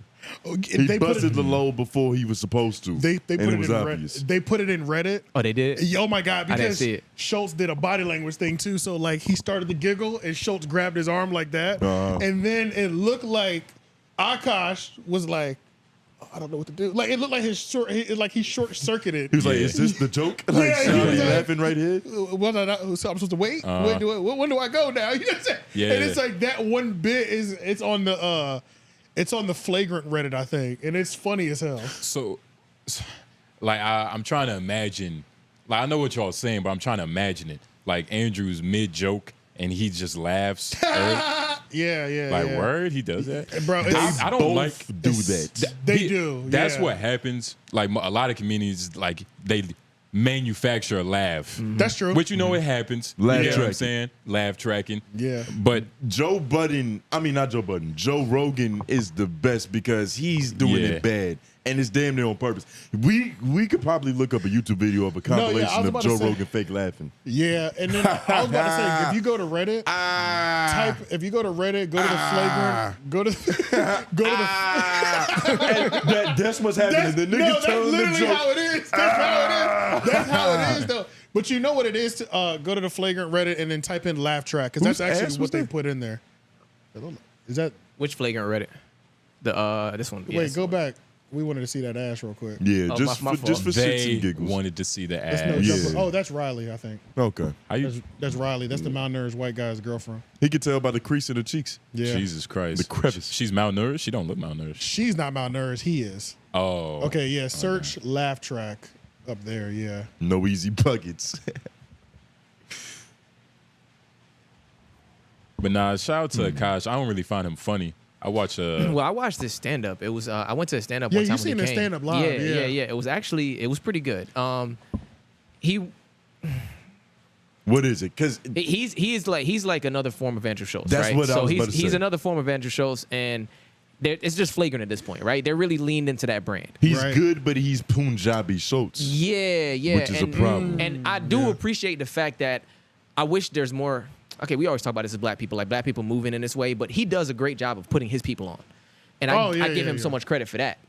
But it wasn't. He had a couple comedians before him that was funnier than him.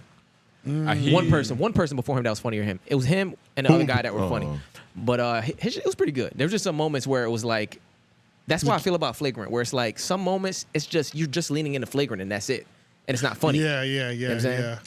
See, but that's where the delicate balance is. And it's hard to do that. Because when it's bad, it's terrible. Exactly. But when That it's is- good, Exactly. it's tremendous. Yeah. That's true. Exactly. That's true. So- Yeah, High that's risk, true. high reward type shit. Steph Curry airballs from half court, and when it happens, it's like, man, you could have did something else. Yeah, Right. yeah. Like, why the fuck did you even put that up? Yeah. But when it happens, it's like he's the one that should be doing it. Try the other, Show all of Reddit now. or just search Akash if that didn't pull up. Because I remember the title said Akash something laugh track. There's also, and even before we get to that, well, I'm gonna talk so we can get to that. There's points at times where I feel like Akash isn't as seasoned a comedian as he appears to be. He's like like an industry plan almost. Like There's He's times had on the cheat code to his like fame he skipped too. a couple. he skipped a couple steps. He Yeah. had somebody that was talented It's because around his him. homie went so crazy. because he's funny, but he's not like. He could probably write. He could write a joke. Right. Yeah.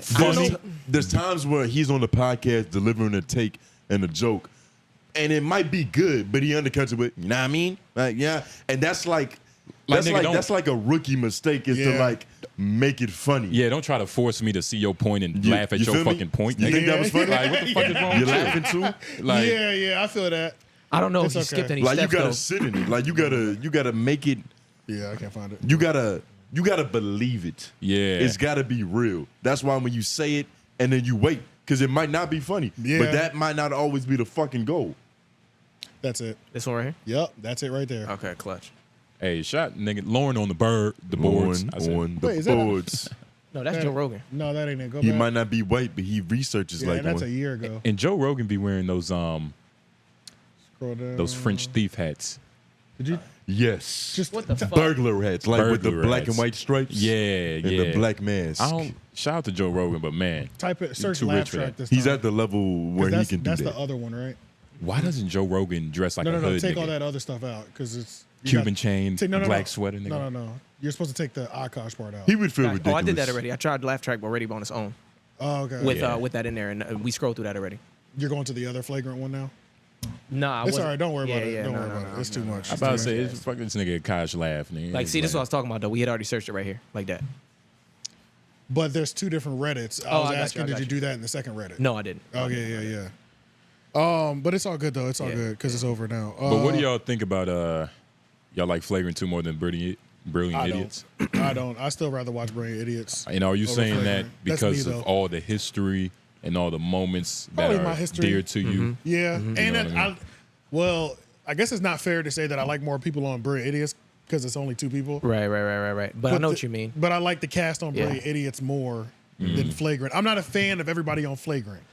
I'm a fan of Andrew Schulz. Right, and Charlamagne. And I'm a fan of Andrew Schulz. Out of Andrew Schultz's crew, I am a fan of Akash, but I'm not a super fan. Right. You know what I'm saying? And Mark then, is good. And then I Mark, like Mark, too. And then Mark, I like Mark more on his. I follow Mark's YouTube channel. It's He good. has his own podcast. good. Yeah, he be interviewing just like these like random people, and Yeah. them shits be It's lit. good. Yeah, It's good. Interesting people yeah, too. interesting as hell. So like, but he doesn't. I feel like he doesn't shine as much on Flagrant. You know what I'm saying? That's It's not his role. It's not his job, and it's not even his job to do that. He's either, playing you a know? more of like a Lauren type where he has Exactly. the laptop. Exactly. He gives his takes. And then like Alex Media is just like I never thought he added much to any conversation. That's a black dude? Yeah, that's a black dude. I never really thought he added much. To the You got to convo. have a hit black dude. It's like a video game. You got to have one. yeah. Yeah, balances him out. I You fuck know with what I'm saying? I fuck with Alex though, but it's just like I understand. Alex, the dude at the 5K with training wheels still. Like you can tell, like he's riding with some real cyclists. Yeah, when he does try to jump out with a hot take, he don't sound confident, and I just be like, just don't say nothing. You know what I'm saying? And I understand your point of view with watching The Brilliant Idiots more, because I still watch The Brilliant Idiots more, but I get upset at how it's not like it used to be. Like I'm like lost in that. Like you want to go back to the old days, but that's what you can't do that. You know what I'm saying? But I listen to the old shit. So it's like I watch Brilliant Idiots more, but if I'm gonna say percentage wise, when I listen to Flagrant, I end up having a better experience typically than when I watch. I would say the opposite for me. I have a better experience listening to Brilliant Idiots still, even though it's completely different. Okay. It's just that recently, Flagrant's highs have been higher than Brilliant Idiots' highs. Yeah. That might be that too. So it appears better. Recency bias, maybe. Yeah. It is. There was a moment on the last episode when Schulz was like, Schulz said they were talking about, Schulz and Alex were talking about there's some HBO show where somebody showed some titties that were nice set of titties. Yeah, they talked about them titties for 30 minutes. Yeah. It was the idol. They didn't talk about it on Brilliant Idiots for 30 minutes. It couldn't have been. It must have been on Flagrant. Yeah, it was on Flagrant. They talked about it forever on Flagrant. Yeah, I don't think they talked about it on video. Because Schulz had the moment where he was like, so you don't have eyes anymore? Like, he looked at Charlamagne and was like, your eyes don't work no more? And Charlamagne was like, I just, I'm a married man. I'm a married man. We can move to another topic. He was like, whatever. Nigga said, give me something. Yeah, it was a low-key like begging him to give him something. You know what I'm saying? Yeah. And it was just like, that's like, just like when you said, it's like being PC is his nature. Like it's his first and second thought. I was like, yeah, this is like a defeat. And that's the level, that's where I don't want to be as a husband. I'm be real. Like, because I wonder, you have 4 daughters, but I wonder daughters turn into women that turn into wives and girlfriends. And whores sometimes. And I wonder if they'll look at their dad. He's doing everything he can to look great for them so that he doesn't look as crazy. But I wonder if they'll look at him like, man, this nigga's food. You know what I'm saying? Yeah, like he's soft. Like, look the way mommy bosses him around. Yeah, like, you know what I mean? And I wonder if that's gonna, like, you're so fucking tame now. It looks like you're. And then I don't know though. He holds such a powerful position. It's like, are they still gonna look at him like that? Because he still commands respect everywhere he goes. Not with those mannerisms. I mean, we're talking about just the content, but when he goes into rooms and he's like Charlamagne, the guy's name holds stupid weight. Stupid weight. Sure. So like, but that doesn't matter to his kids. That doesn't matter. That's true. Yeah, that does not and to his wife, he's Leonard. But it could matter somewhat when he's not around, when his kids are with him and they're other places, and they're like, oh, I didn't realize my dad was this revered. But Charlamagne isn't the type of person to not let them forget that he's that guy. You get what I mean? Right. Like he'll let them forget that he's Charlamagne. I think so. I see that too. That he runs shit. I'm really that nigga out here. I'm Charlamagne. Your mom might be the CEO of the house, but I'm really the CEO in these streets. The guy. Yeah, I don't even think he believes that. I don't think he believes it. Yeah, and I don't even think his daughter would care. Like he told stories all the time about her being jaded to this shit. Like they went to the Nelson Mandela statue and actually saw her in person. And instead of using the picture of her next to the statue, she just Googled the image of it. Yeah. He was like, nigga, you was there. Like, you lived this life. She's like, nigga, that's nothing. But that's just growing up rich. That's just like you numb to all the beautiful shit in the world because you see it already. Exactly. And you numb to the work that it took for your dad to get into this position. Until you see it happen in real time. You walk in a room and niggas is trembling. Charlamagne. Nobody's trembling when they see Charlamagne. Okay, he trembling unless he's at a festival and they're like going to see him and they're like, Charlamagne. Like, I don't think we get that type of love in this game. You don't think podcasters get that type of love? Nah, bro, we don't affect our lives to that degree. Music is different. He's not just a podcast. That's true. Porn stars, even porn stars, like porn stars do more for niggas than we do. Nah, dog. Charlamagne. You can be in love with the person that makes you bust a nut. Charlamagne can pull a string and bring their favorite rapper to or whoever to the. You know what I'm saying? Like maybe. Depends on the rapper. But maybe that's true. Maybe we're seeing him trying to tap into that. You know what I mean? Tap into what exactly? To where people gravitate towards him on some. He wants to walk in a room and feel like Prince. On the purity-est. Yeah, like Jesus. Yeah, you know what I mean? Well, that's not an honorable goal to reach, nigga. Like, why are you aspiring for that? Because he want, image, money. It's probably so many different things. I don't know. It's, hey, look, it's just, you got to do what you got to do. You're doing what you think is best for your career and your family image. So I can only respect it at the end of the day. You know what I'm saying?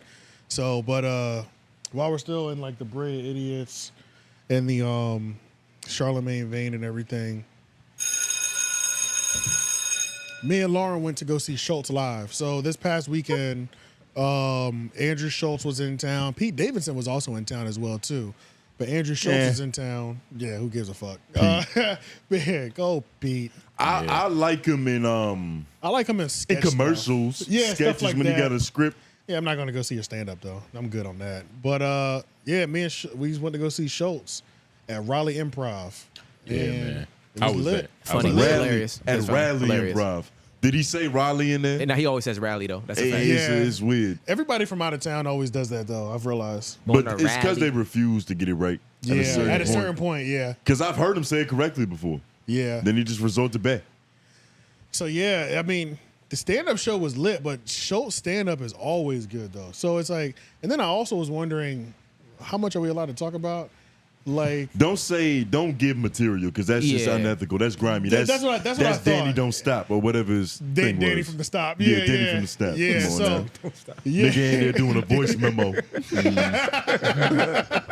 So yeah, but I guess we essentially saw some of his content, his for his new special. Real quick, I've always thought that Andrew Schulz was great at comedy. Yeah. I've heard a take recently that made me think. Somebody said that he's great because everybody else is eh. No. Yeah, Oh wait, I never heard that before. Let me. yeah, think. I've heard that. It's true, but it's not. Like he's good. He's on his way. He's still like young in terms of comedy, like 30 something. Yes, but he's just really getting that recognition exactly for being that guy. I But- think. Go ahead. he is like Okay, if we're thinking new comics, did he come up in the Hannibal Buress was one generation before him? I believe so. Yeah, Hannibal yeah, for Buress sure. had a Yeah. little more So- notoriety so before. I mean, they Hannibal- were. Yeah. So Schulz came up in Schulz, Davidson, Pete Davidson, Santino, yeah, Andrew Santino, were they a part of that scene class? I think so.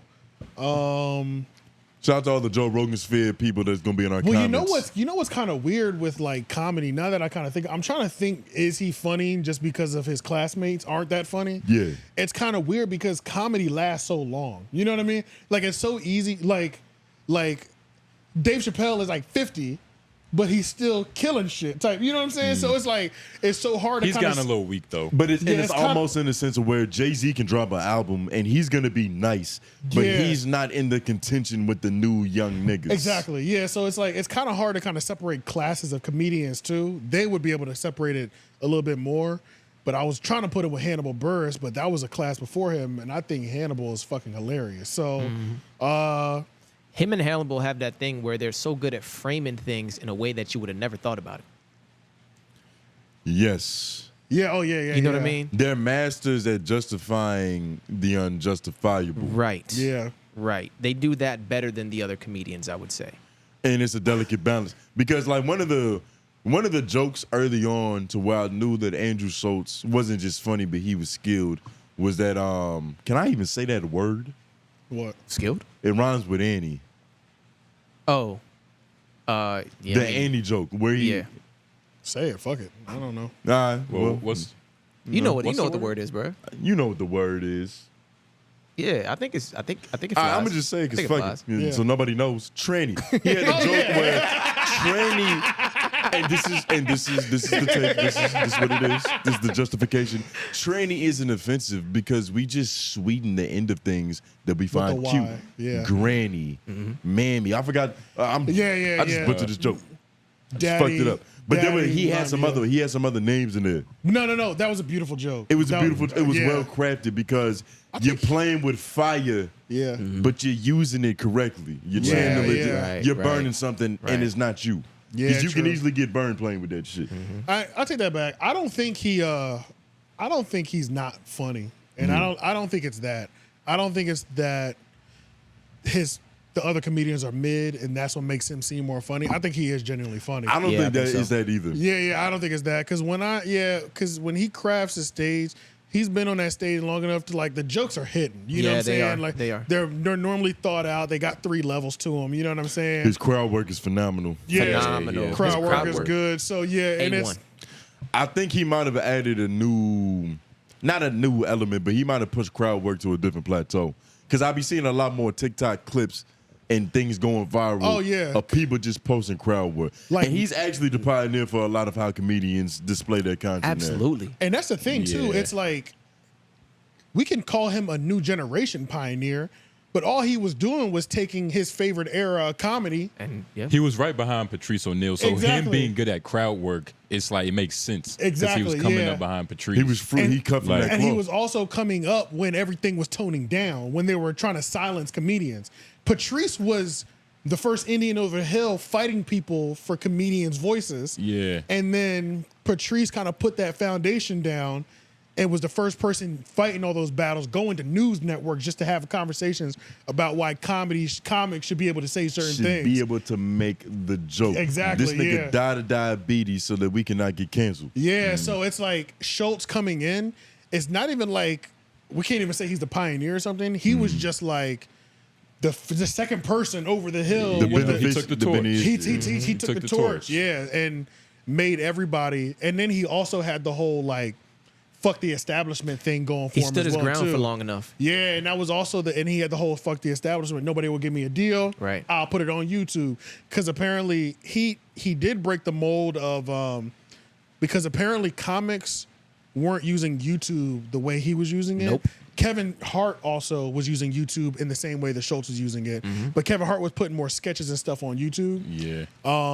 But Kevin Hart still wasn't really putting his stand-up on YouTube. He was Right. putting a lot of sketches on YouTube. Right. But Schulz was also like, I'm not holding on to these jokes. I'm putting these shits out. You know what I'm Yeah. saying? And that was another big thing. And he got that hustle from Russ. Yep. He contributes a lot of that to Russ. A song a week. A song a week. Yep. Yep. So Yep. That's did they ever get to do a sit down? I feel like they did. I don't know if they They've did done or something. not. Russ has been on Brilliant Idiots before, Because and I think Russ did something at one of his comedy shows. Okay, 'cause he I either kn- did a performance or He's always giving Russ his flowers, but I can't remember if I've ever seen them sit down and really have that conversation. Yeah, with I each don't know other. if they did, but that moment that he mentioned Russ in that, and then like his success with that was the reason I did the 52-week challenge. Yeah, And then if I ever meet Andrew Schulz, I'm gonna point to the DM I sent him, thanking him for like being successful through comedy in that way, because it made me want to do that in that moment. Hey, look, this is news flash for anybody like trying to do anything, bro. Doing a 52-week challenge will change the position you're in, no matter Oh, yeah, for what sure. it's in. Like, That's true. It's crazy. Like Russ's 52-week challenge made it to where we know who the fuck Russ is. Schultz 52-week challenge put Schultz in the position where he was at. The 52-week challenge that me and Lauren did, even though it was on a smaller scale, changed everything for us. Yeah, like. dude. A lot of people we meet and know now is started It's only also because of stuff. that. Like video, like lyrically, like musically, upgraded like crazy. Videos, like I learned all the programming off of recording these music videos on iPhones and editing. I learned all the program through doing his videos every week. Got your hands dirty. Yeah, so it's like, yo, a 52-week challenge, no matter what you're doing, yo. Which is also another thing. I should have put this in the first segment. That's also another thing. Like, I know some people be trying to make it seem like, who are y'all to give advice on, nigga? Nigga, we put years in. We're 10 years deep, my nigga. Like, just because it's only episode 11, don't get it fucked up.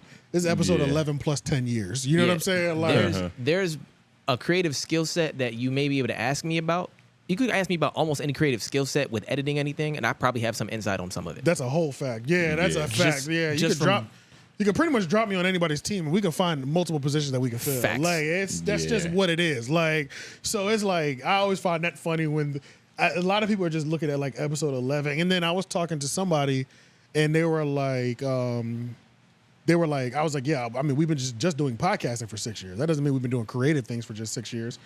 And then I was like, same with the other dudes. They were like, because they are asking about y'all. And I was like, no, bro. These niggas are 5 years in too. Like, you know what I'm saying? Yeah. Nobody's new, bro. It's just episode 11. You know what I'm saying? That's it. Like, that's Don't it. get this misconstrued. Matter of fact, this is episode 11 of like the second or third podcast that we've all been on individually. right. Yeah, literally. This is in the first cast. So it's funny because it's just like the number of episodes is so low. Yeah. And it's like, who do these niggas think they are? Don't let the number define us. Don't let the number me. define us. Age ain't number the number. You know what I'm saying?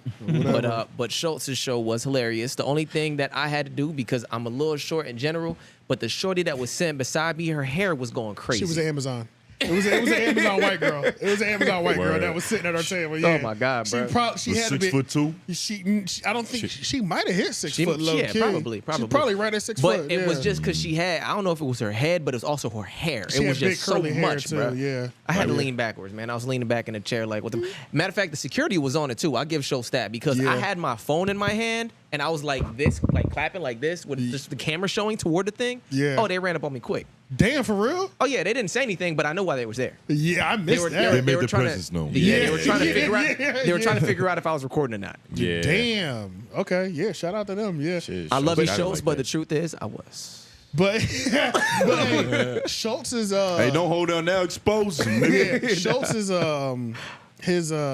he came going at his haircut first. He did. When he got on stage, it was immediate haircut jokes. So this new set is him self-deprecating. Yeah, well, I mean, he's always had a little bit of that, but I mean, I don't think by the time he records the special, I don't know if he'll have the haircut. Because he did tell us, which he's told us on Brilliant Idiots, right? Yeah, he it was has. for a movie Yeah. or some sort of role that he was doing. Film is this? But at the same time, he might be, I don't know if he's still filming it or it was pissing so many people. They just Because at kept the it. same time, sometimes when it's driving so many people crazy, you keep it. Yeah. You know what I'm saying? Yeah. So I don't know if the role is done and he's just like, well, it's fucking. Or if he's trolling like Jimmy Butler. Yeah. You know what I'm But saying? it was like one of the jokes, and of course, repeating jokes is never like as funny. But he was like, as soon as he comes out, he said, let's go ahead and get this out the way. Let's go ahead and address my haircut. He's like, my haircut looks like it has a lot of strong opinions about Jews. He was like, from the front. He was like, but what's funny is the front, the Jewish people have a problem with, but when I turn around, this is where the black people have a problem with. That shit was, That goddamn tape. yeah, bro, because it's the taper, bro. And I was just like, yo, that's so real, because it's like, the front, I didn't think nothing of, but it's when you see the back of this nigga's dome, you're Look like, like he got shaved with a butter knife. yeah, you're like, my nigga, what are you doing, bro? So, Who made that fade so strong, and why is there no actual fade going on? yeah, it's This real. is going to be a serious movie, I can tell. Made me Yeah. want to be a barber for film sets. Yeah, so Yeah. it's but yeah, I mean, I'll always go see Schultz if I can get a ticket before they sell out. Absolutely. Yeah, you know what I'm saying? Absolutely. So the next time he comes, we all got to go for sure. And you I've know what I'm saying? always heard him talk about his homeboy, but his first homeboy, Derek Poston or whatever his name is, Preston. had me laughing. That's Oh. the one that likes. Had me dead That- laughing. yes, that was That's him. The one Because that about prefers halfway- his breast with the penis under them. He did what? Yes, yeah. He's the did episode. He's the episode of Flagrant that he said I love Oh, yeah, that's right. That's right. transgender Yeah, yeah, yeah. porn. And they brought yeah, his yeah. favorite star on there. Yes, Yeah, I remember that. Yeah. Because what I was like, why does he look so familiar? But he's bald now. He had like a little afro before. That's why it He's- messed me up. He's bald now because He's I was wearing like, he looked so familiar, and even his voice was familiar. And then about halfway through his set, I realized it was bruh. He was hilarious. Hilarious, bruh. Hilarious. Now we got to talk about the second act. It was a little weak. Second act was trash. And was he's it? from North Carolina. It was That's a little weak. North Carolina act. Yeah. And Did it was y'all bad. see Mark Arkash going? Mark went up. Oh yeah, Mark did went go. up. Mark Yeah, was pretty funny, too. Mark was pretty Word. funny He started too. off a little slow, but he picked it up. He did. Yeah. Fuck, It's- man, I wish we could have went to that. Yeah, Yeah, it yeah, started yeah, off a it was little good. slow, but Mark was funny too. Mark though, was funny. for sure. Yeah, I didn't Yeah. know Mark was married either. I didn't. Yeah, I he's married. almost feel like, honestly, I almost feel like Mark did a longer set than he was supposed to because the other dude kind of was bombing. So they took him off a little early, it felt like. Because the way Mark started his set, it was just like he was really riffing and just like kind of speed talking. Yeah, and then even the way the guy got off stage, it's almost like they said, "Get the fuck off stage." Yeah. That is what I had because Yeah. my Yeah. friend threw a Yeah. comedy show and he kept the dude was getting burnt alive. Yeah. And he just kept going like, hey, like, come on, like, do Yeah. something else. Yeah. Let somebody else have a crack at this. But you know, True. They that will dude, pull you right off that. that dude was at Akash's show too. That white dude. Yep, because that joke that he did with the NASCAR, Yeah, he did that there too. I remembered it from that because I was like, he looked a little familiar, but when he did that NASCAR joke, You remembered him. I was like, I saw this before. Okay. he wasn't that good, and he's clearly getting crazy looks. Yeah. Like you got to pick it up, my nigga. Yeah. Like what the fuck, like. But and that's the thing about being a comedian is that like everybody is gonna have their day eventually. Yeah. But you know what? Maybe we gotta find out what his name was. Maybe he has like fire ass sketches. And like he's working on his stage, but he's got like, a million TikTok followers because his sketches go dumb. Yo, you know but what I'm saying? his first time when I was with Akash joint, he was funnier then. It was funnier then. Yeah, I think he might have had a bad night or something. That's what I'm saying. Just, bad Or night. maybe this set is bad because just this material he's working on now is not good. It's just new. Because I sold some headphones on Facebook Marketplace before the show, and the guy that I sold the headphones to, he was like, the show was phenomenal. You're going to have a good time. Because I was telling him I'm going to the Schulz show. And he was like, but the guy that they had from North Carolina. Oh, he said that? Yeah, he went on Friday? I already knew he was going to be whack. Oh. Yeah, I knew, but I was like, damn, he was right. Because it's like, he was like, everybody was good. But he was like, whoever they had opening from North Carolina was not good. And nobody was really trying to. He was like, at a certain point, people just stopped giving him like the sympathy laughs. And it was just awkward. At his show, and he had went the night before. He should have brought a Kosh with him. Yeah, and it was like, damn. And so it's like, and Schulz had like 4 shows here or 5. So it's like, this is all the testing rounds. They're practicing right now. So imagine he did all those shows and got the same reaction, which was trash, back to back to back. That'll kill your confidence. That'll kill your confidence, But right it will there. also make you too. Yeah. That'll turn But you into a warrior. you would think after 3 times in a row, that last one, maybe the last show he did really good. Yeah. Because he was like, it's time to ditch this shit. Clearly, I'm not connecting. Whatever I'm trying to make work is not working. Let me go back to some bangers. You know what I'm saying? Yeah, it's tough to have that look as well and then like not follow through that well with it. But obviously he has connects with him some way. That's what I'm thinking. got He to. must be great somewhere. He got to. And maybe we just saw a bad set. Yeah. You know what I'm saying? That's probably what it was, because at the end of the day, that's necessary. Yeah. Like you got this material, you don't know if it's funny or not yet. You got to go try it. And it's Yeah. probably not going to be funny at first. Yeah. And you don't get to. And you don't keep getting to open up for Andrew Schulz and Akash Singh. If you're not funny. Yeah. That's You're what not- I'm saying. if You you're not didn't do good. something at one point in time. Yeah. Right. You Yeah. made a numerous amount of people laugh enough to the point where we brought you on this. Right. And whenever we come to North Carolina, we call you. Right. You know what I'm saying? So he had to have done something that is funny as hell. And I wish I could remember your name, bruh. But it's probably better It's that we probably don't. better It's that probably- we don't. yeah. probably better that we don't, just because you didn't. It's not like we're Yeah, speaking later too on when you highly of get it. better, we'll remember, be like, that's that dude that was trash that time. But then he turned it all around, and now he's amazing. You know what I'm Yeah, I saying? was about to say. Yeah. Damn. Yeah, that It was sucks. rough though. You had to sit through that. It was rough. Yeah, he got off the stage. All right, y'all, that's my time. They got him to fuck up off that stage. I swear. my time. And it was that Mark came out, and just like you said, it did seem like he was just kind of kicking it with us for like 5 to 7 minutes, Right. and then then you could feel when the set started. He picked It up was his probably leftovers. Yeah, Yeah. essentially. Yeah. Probably because he was rushed. Yeah. But hey, while we still on like the Charlamagne like world of things, who do you think we might want to hit that bell? Okay.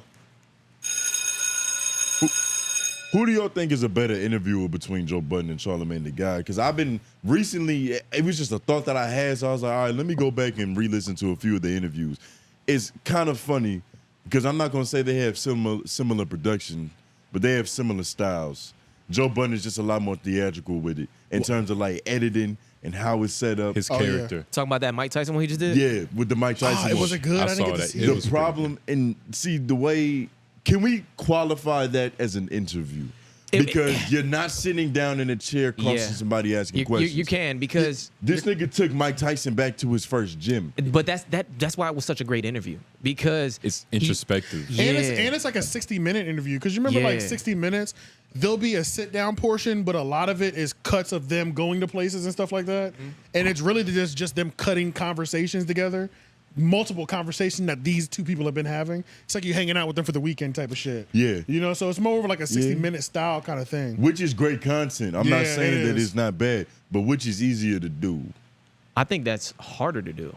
Well, I think it's easier to do. It all than depends sitting in down. Well, One of the, I think it's harder to do it well because if you already have the you're able to speak properly, you still have to be able to put together a good production. And if you can put together a good production that brings out more than a regular sit-down interview would be, then that's when it becomes like you're tying a bunch of things together and you have to be good at doing that. but that's your team. True. And you know, I'm sure Joe Budden is heavily involved in that process. But at the end of the day, there's somebody that's pressing the button, and it's not him. It's true. It's harder. I know what you mean. I see what you're saying. It's harder to create. Yeah, it's harder to create engaging content just from sitting in front of a person. Especially somebody like Mike Tyson. Like everybody knows his story. Right. So you kind of have to come at it from like, so Mike, you know, let's tell us about when you was in the corner getting fucked up right here. Like it. Learning how to reinvent somebody that we already know a lot about. You got to go. That's hard, like another layer. You got to build another layer. Yeah, that's true. What I'm saying? But I did like that interview. That was cool. It was cool. But even when Charlamagne interviewed Kanye, they took a walk. And you know what I'm saying? They did, You know what I'm saying? They took a walk and they did that too. They were in that art gallery thing. That was probably Kanye's idea. That's definitely Kanye's idea. Yeah. But then no, because remember when they did, well, I took that back. They didn't move around. Because remember when he did the Schoolboy Q interview, they were on like a rooftop in like New York, but Schoolboy was out of town as well too. Schoolboy was in New York.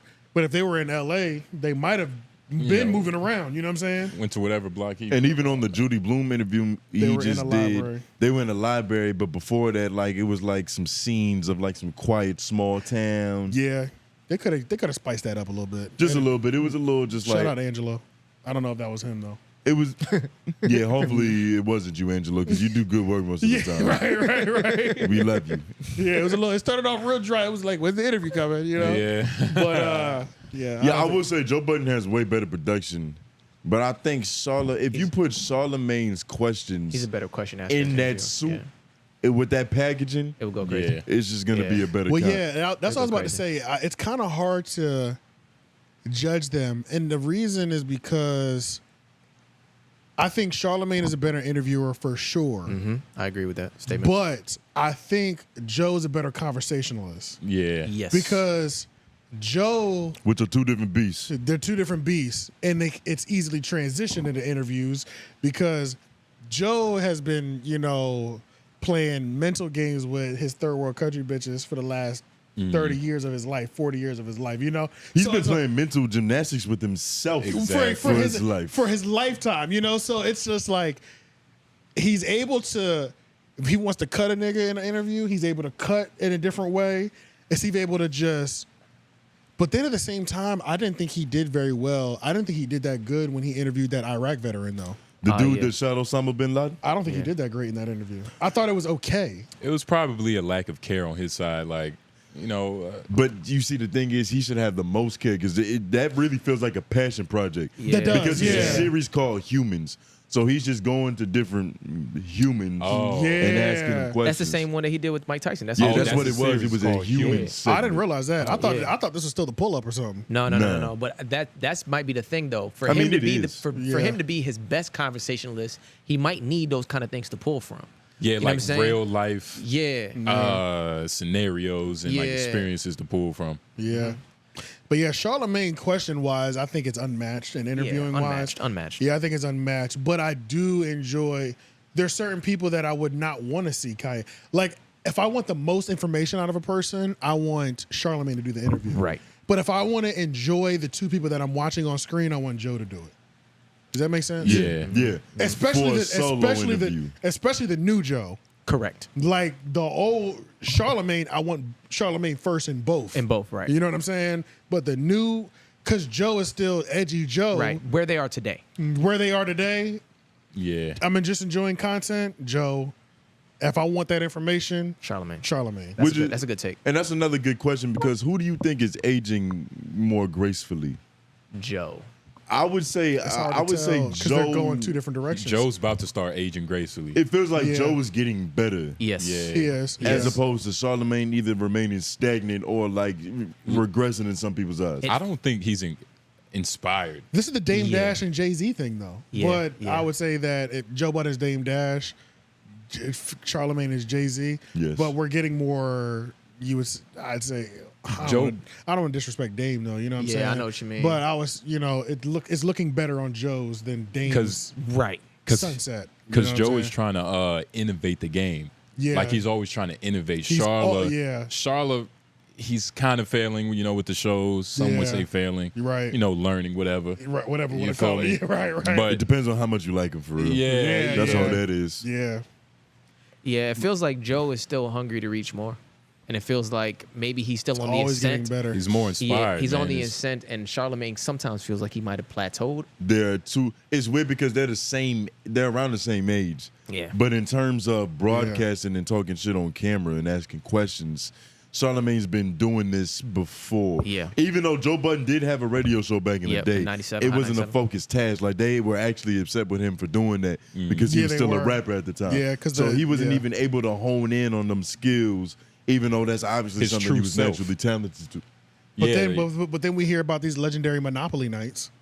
Where yeah. this is where he's getting his reps in. You know what I'm Right, saying? right, Like, right. he's getting his reps in playing Monopoly with fucking Fabulous. Facts. Which You know what is I'm why saying? he's a better conversationalist. Yeah. You know, I really do wish they would do content together though, because I think that would go crazy. Well, to be fair, when they were doing content together, I didn't think it was that great. I'll be real. I never thought their collabs were fire like that. I think it would be fire today if they could handle, because I think they're more on the opposing side today than they were then too. Sometimes that's not all you need. That's not all you Sometimes need. you need a little bit more. Right, but I think they're both good enough at their craft to like navigate that. I enjoy their dynamic together. That's what I'm saying. Out of everybody that they were, well, nah, I'm not. My gonna say favorite that. dynamic is Joe Joe and Budden Academics. Yeah, that's a I great love dynamic. that shit. It's a great dynamic. And I also like Why? Because it's a super high and a super low. Yeah. Yo, it's great. It's perfect. It's really yin and yang for me. Yeah. Like It is. everyday It struggle was really that. It was really like that. You know, Yeah. Everything was perfect. Nadeska was perfect. Act was perfect. Joe was perfect. And as they mature, I see why it was so perfect every time they get on camera together. It's just like their collab is A1. And I also enjoy Vlad and Act collabs. That's good too. Act has a 3-hour podcast with Vlad dropping this week, but he gonna nickel and dime us though. Yeah, for for this sure. act. For sure, yeah. But yeah. But yeah, you know, Vlad, I just love Vlad's style. Vlad gonna get to the shit, goddamn it. You know what I'm saying? Yeah. Vlad's gonna be like, all right, DJ Academics. So let's go ahead and jump right into it. What happened at the Roots picnic? Yeah. Was it 12 or 13 people there? Yeah. I love that about Vlad, bro. And it's You like, know what's going to happen. Then he's going to be like, one time I had a show with not a lot of niggas in there. Yeah. I'm just like you. Yeah, He yeah. always finds a way to put himself up in it. yeah. So I enjoy their collab just because I fuck with Vlad and I also like that Vlad. Even though there's plenty of people who hate Vlad for things that he's done, it seems like people only hate Vlad for things he's done in the past. So I think that whatever sins, like content, I haven't heard any new thing like Vlad did some sucker shit to me recently. But I've only heard, especially from creators coming up, Vlad is normally one of the first biggest large platforms to reach out and say, if you need any help, hit me. Oh yeah. Yeah, so That's I've clutch. heard that from multiple people, and it's like, And that's why he still survived. yeah, and it seems like he's also the type, and he is like, he'll throw you alley-oops when in terms of people that he's interviewed. It sounds like he'll give you like accounting information, like accounting advice, like literally it seems like he's open to giving you any advice you need. A Vlad interview is probably like an introduction to a fraternity, like Exactly. Vlad's Masonic party Yeah, or whatever. right, you know right, what I right, mean? right, Like yeah. everybody can talk to each other. They're all family. You know what I mean? Facts. Yep. So, For what it's worth, he just seems like a good dude every time I hear him speak. yeah. Vlad, he seems like seems genuine. He seems genuine. Like yeah. he seems like way more. Yeah, he seems way more genuine than people try to give him credit for. You're right. And that's why, like, when he's asked about, the racist things and like you only put black people in bad positions. I got a clip that we could talk about too, matter of fact. It's a Charleston White and Vlad. We can kind of transition to that. But just to close off this subject, Charlamagne over Act. I mean, Charlamagne versus Joe Budden. I mean, who do y'all? We pretty much summed it up perfectly. We did. Yeah. When it comes to Your actual take was questions in real journalism, it's Yeah. Charlamagne the guy. Yeah. When it comes to talking shit Yeah. and Joe actually Budden. getting like the person out of a person, Yeah. Joe Budden. Yeah. So they're both necessary, which is probably why they work good together Yeah. True. because they're great at different things. True. And this is something that I added randomly. Can you pull up this link? It's Charleston White's 𝔓𝔦𝔑 clip. All right, I got you. Give me 1 second. It's in Put the these notes. content. But Charleston White was on 𝔓𝔦𝔑, and the clip was, bro. How do y'all feel about Charleston? Let's start there because we've never talked about Charleston on this podcast before. Shout out to Charleston. When I first saw this is 10 him, days old too, so we're late to this. I mean, it's good enough. It's whatever. Go ahead. Charleston is okay. When I first saw him, it was a lot of mixed emotions. It's like, you know, it's kind of corny. Yeah. It was 5 stages of grief, you know what I mean? Gotcha. It was just a couple different stages, but eventually I got to the point where it's like, all right, he's an Uncle Ruckus, but that's cool. He does like, what he does. One Uncle Ruckus doesn't kill the community. Like, Right. it doesn't hurt nobody. Right. But I couldn't even call him an Uncle Ruckus because Uncle Ruckus don't like black people. Yeah, he loves black people. Charleston White loves black people so much that he hates niggas. Yeah. Yeah, that's his thing. He hates niggas. He loves black people, but he hates niggas. And Yeah. niggers. So what is this? Charleston White goes off on Vlad TV, say he's lying. He interviews killers all the time. So yeah, this is funny and it's interesting. But yeah, we can just go ahead and play it. All right, from the top. Yeah. All right, bet. Vlad seemingly responded to what you said about him picking Boosie over you. You know, he did an interview with Academics, and he really just said, you know, that he didn't want to bring you back on his show because of the things that you say about, you know, the kids and the Asian hate, and it had nothing to do with Boosie. Basically, that's what he was saying. 2 weeks before me and Boosie got into it, me and Vlad TV was scheduling an interview. 2 weeks before we got into it, we was in talks and communication of doing another Vlad TV interview. So yeah, Vlad lying. I don't know how Vlad can have a problem with anything that I've said or done. He put rappers on there who talk about killing people. Not only that, he put rappers on there who actually are accused of killing people. Why does he have two He casts? put mob gangsters on there who actually kill multiple people. He don't go get their victims.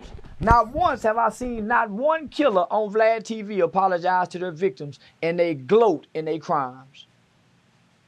They gloat in their crimes. Not once have I ever seen Vlad pay homage to no victims of all the people he's had on his platform who are known convicted killers, murderers, gangsters, and everything. I'm playing.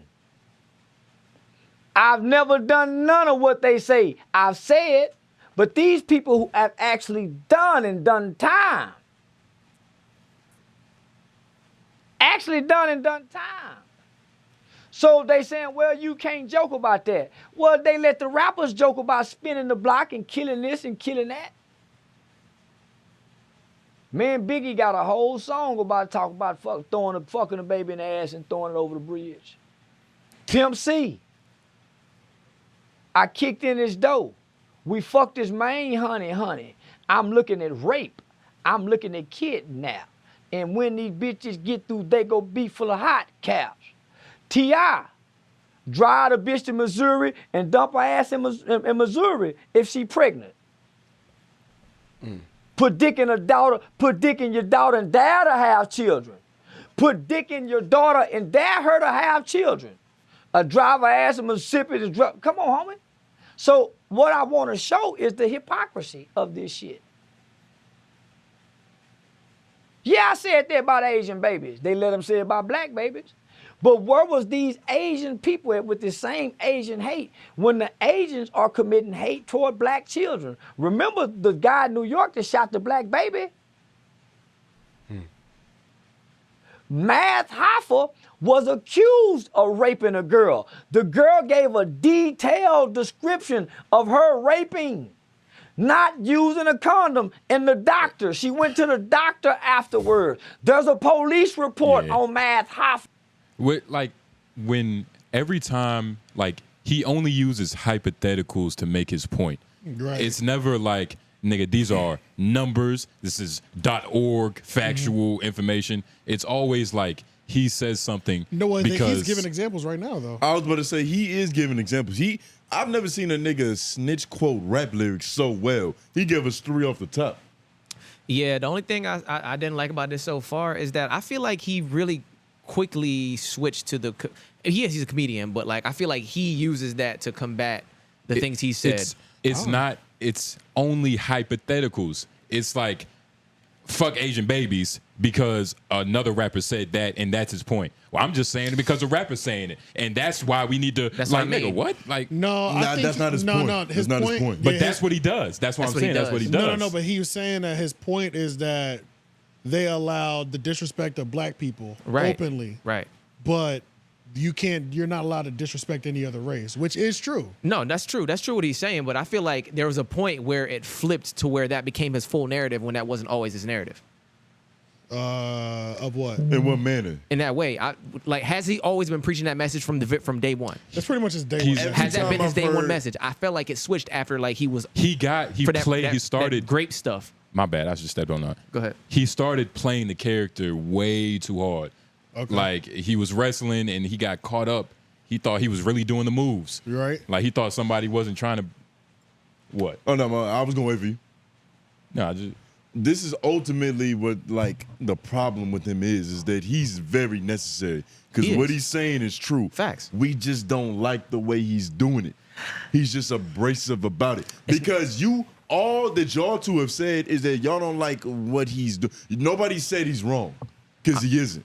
Yeah. I'm not saying I Nobody, don't. No. nobody likes the way he's doing it. I'm not saying that. I'm saying that I feel like he's had a good message from the beginning, but I feel like what was his message in the beginning? like what AJ said, which is, well, I don't think it was specifically that for the, but from the beginning, his message was we glorify a lot of the bullshit with the rap. Like when he Yeah. talk about rap, Yeah, we yeah, glorify yeah. all the bullshit. I think that's the main thing where it started, where it was just like, We allow fuck these niggas, glorification. fuck these rap niggas. You know, they killing people out here. They killing black Right. people. I love black people. I Where love to is see it black now? people. But where is it now though? Now it's now what happened, I think, is he got backlash for that grape stuff or whatever, and now he's switching and pivoting and saying, hey, look, y'all talk shit about every other race and it's okay. Why can't I talk shit about this race when that wasn't a thing before? It was just specifically about black and like, you know what I'm saying? He's getting emotional. He's beefing with Yeah. rappers. Like, nigga, if you.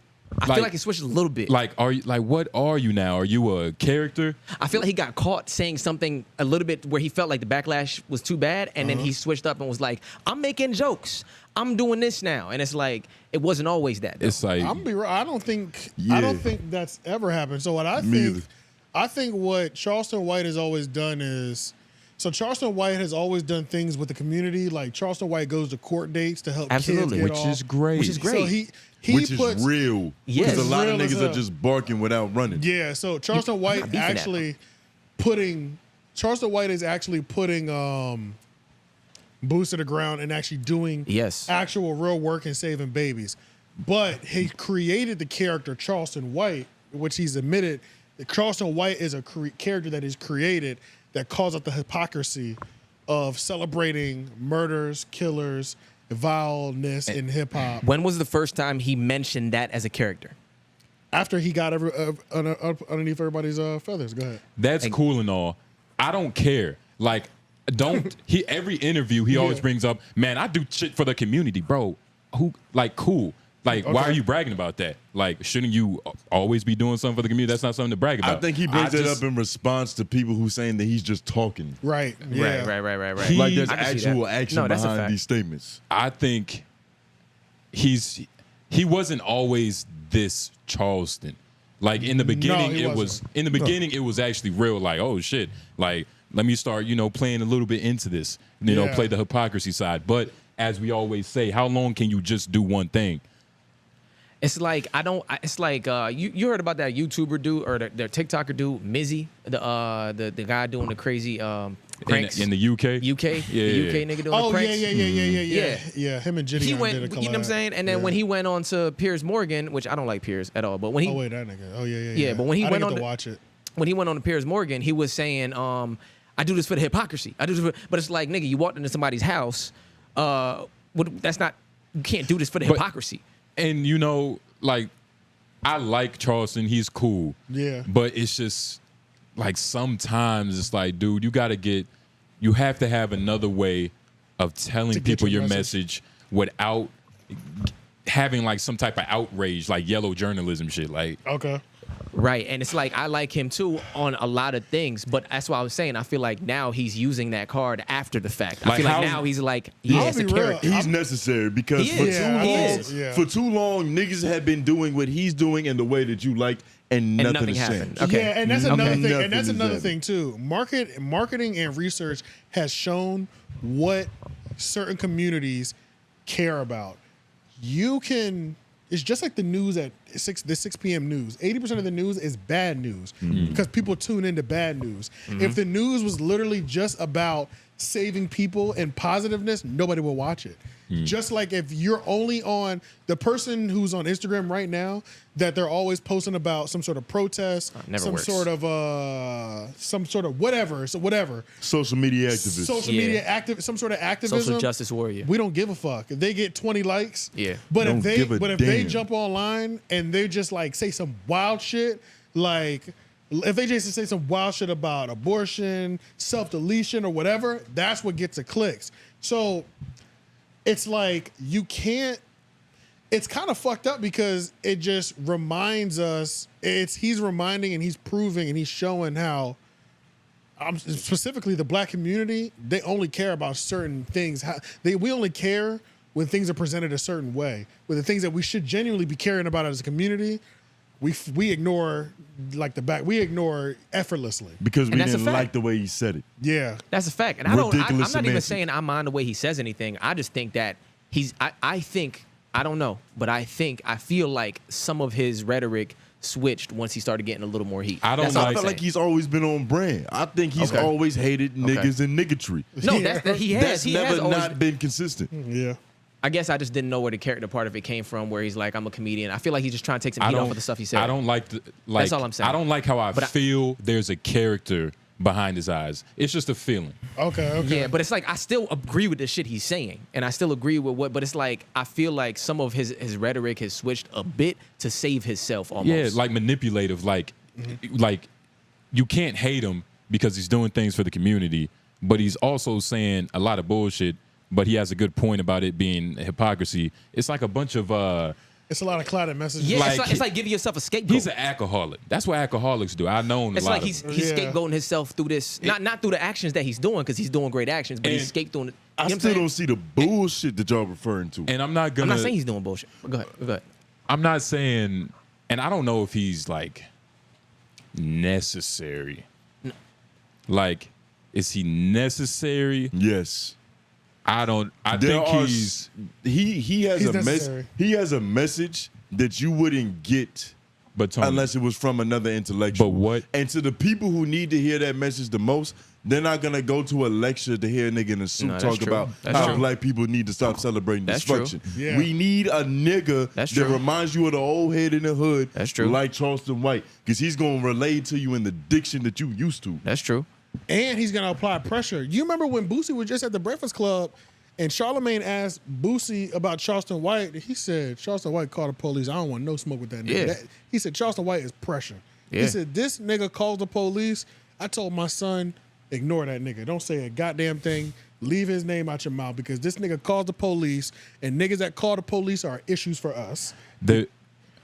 What influence is going on around him? Because you can't say that black people only tune in to ignorant shit, because every time Elijah Muhammad or the Honorable Minister Farrakhan had a speech or something, there were people gathered. Just because it wasn't new, even now, like true.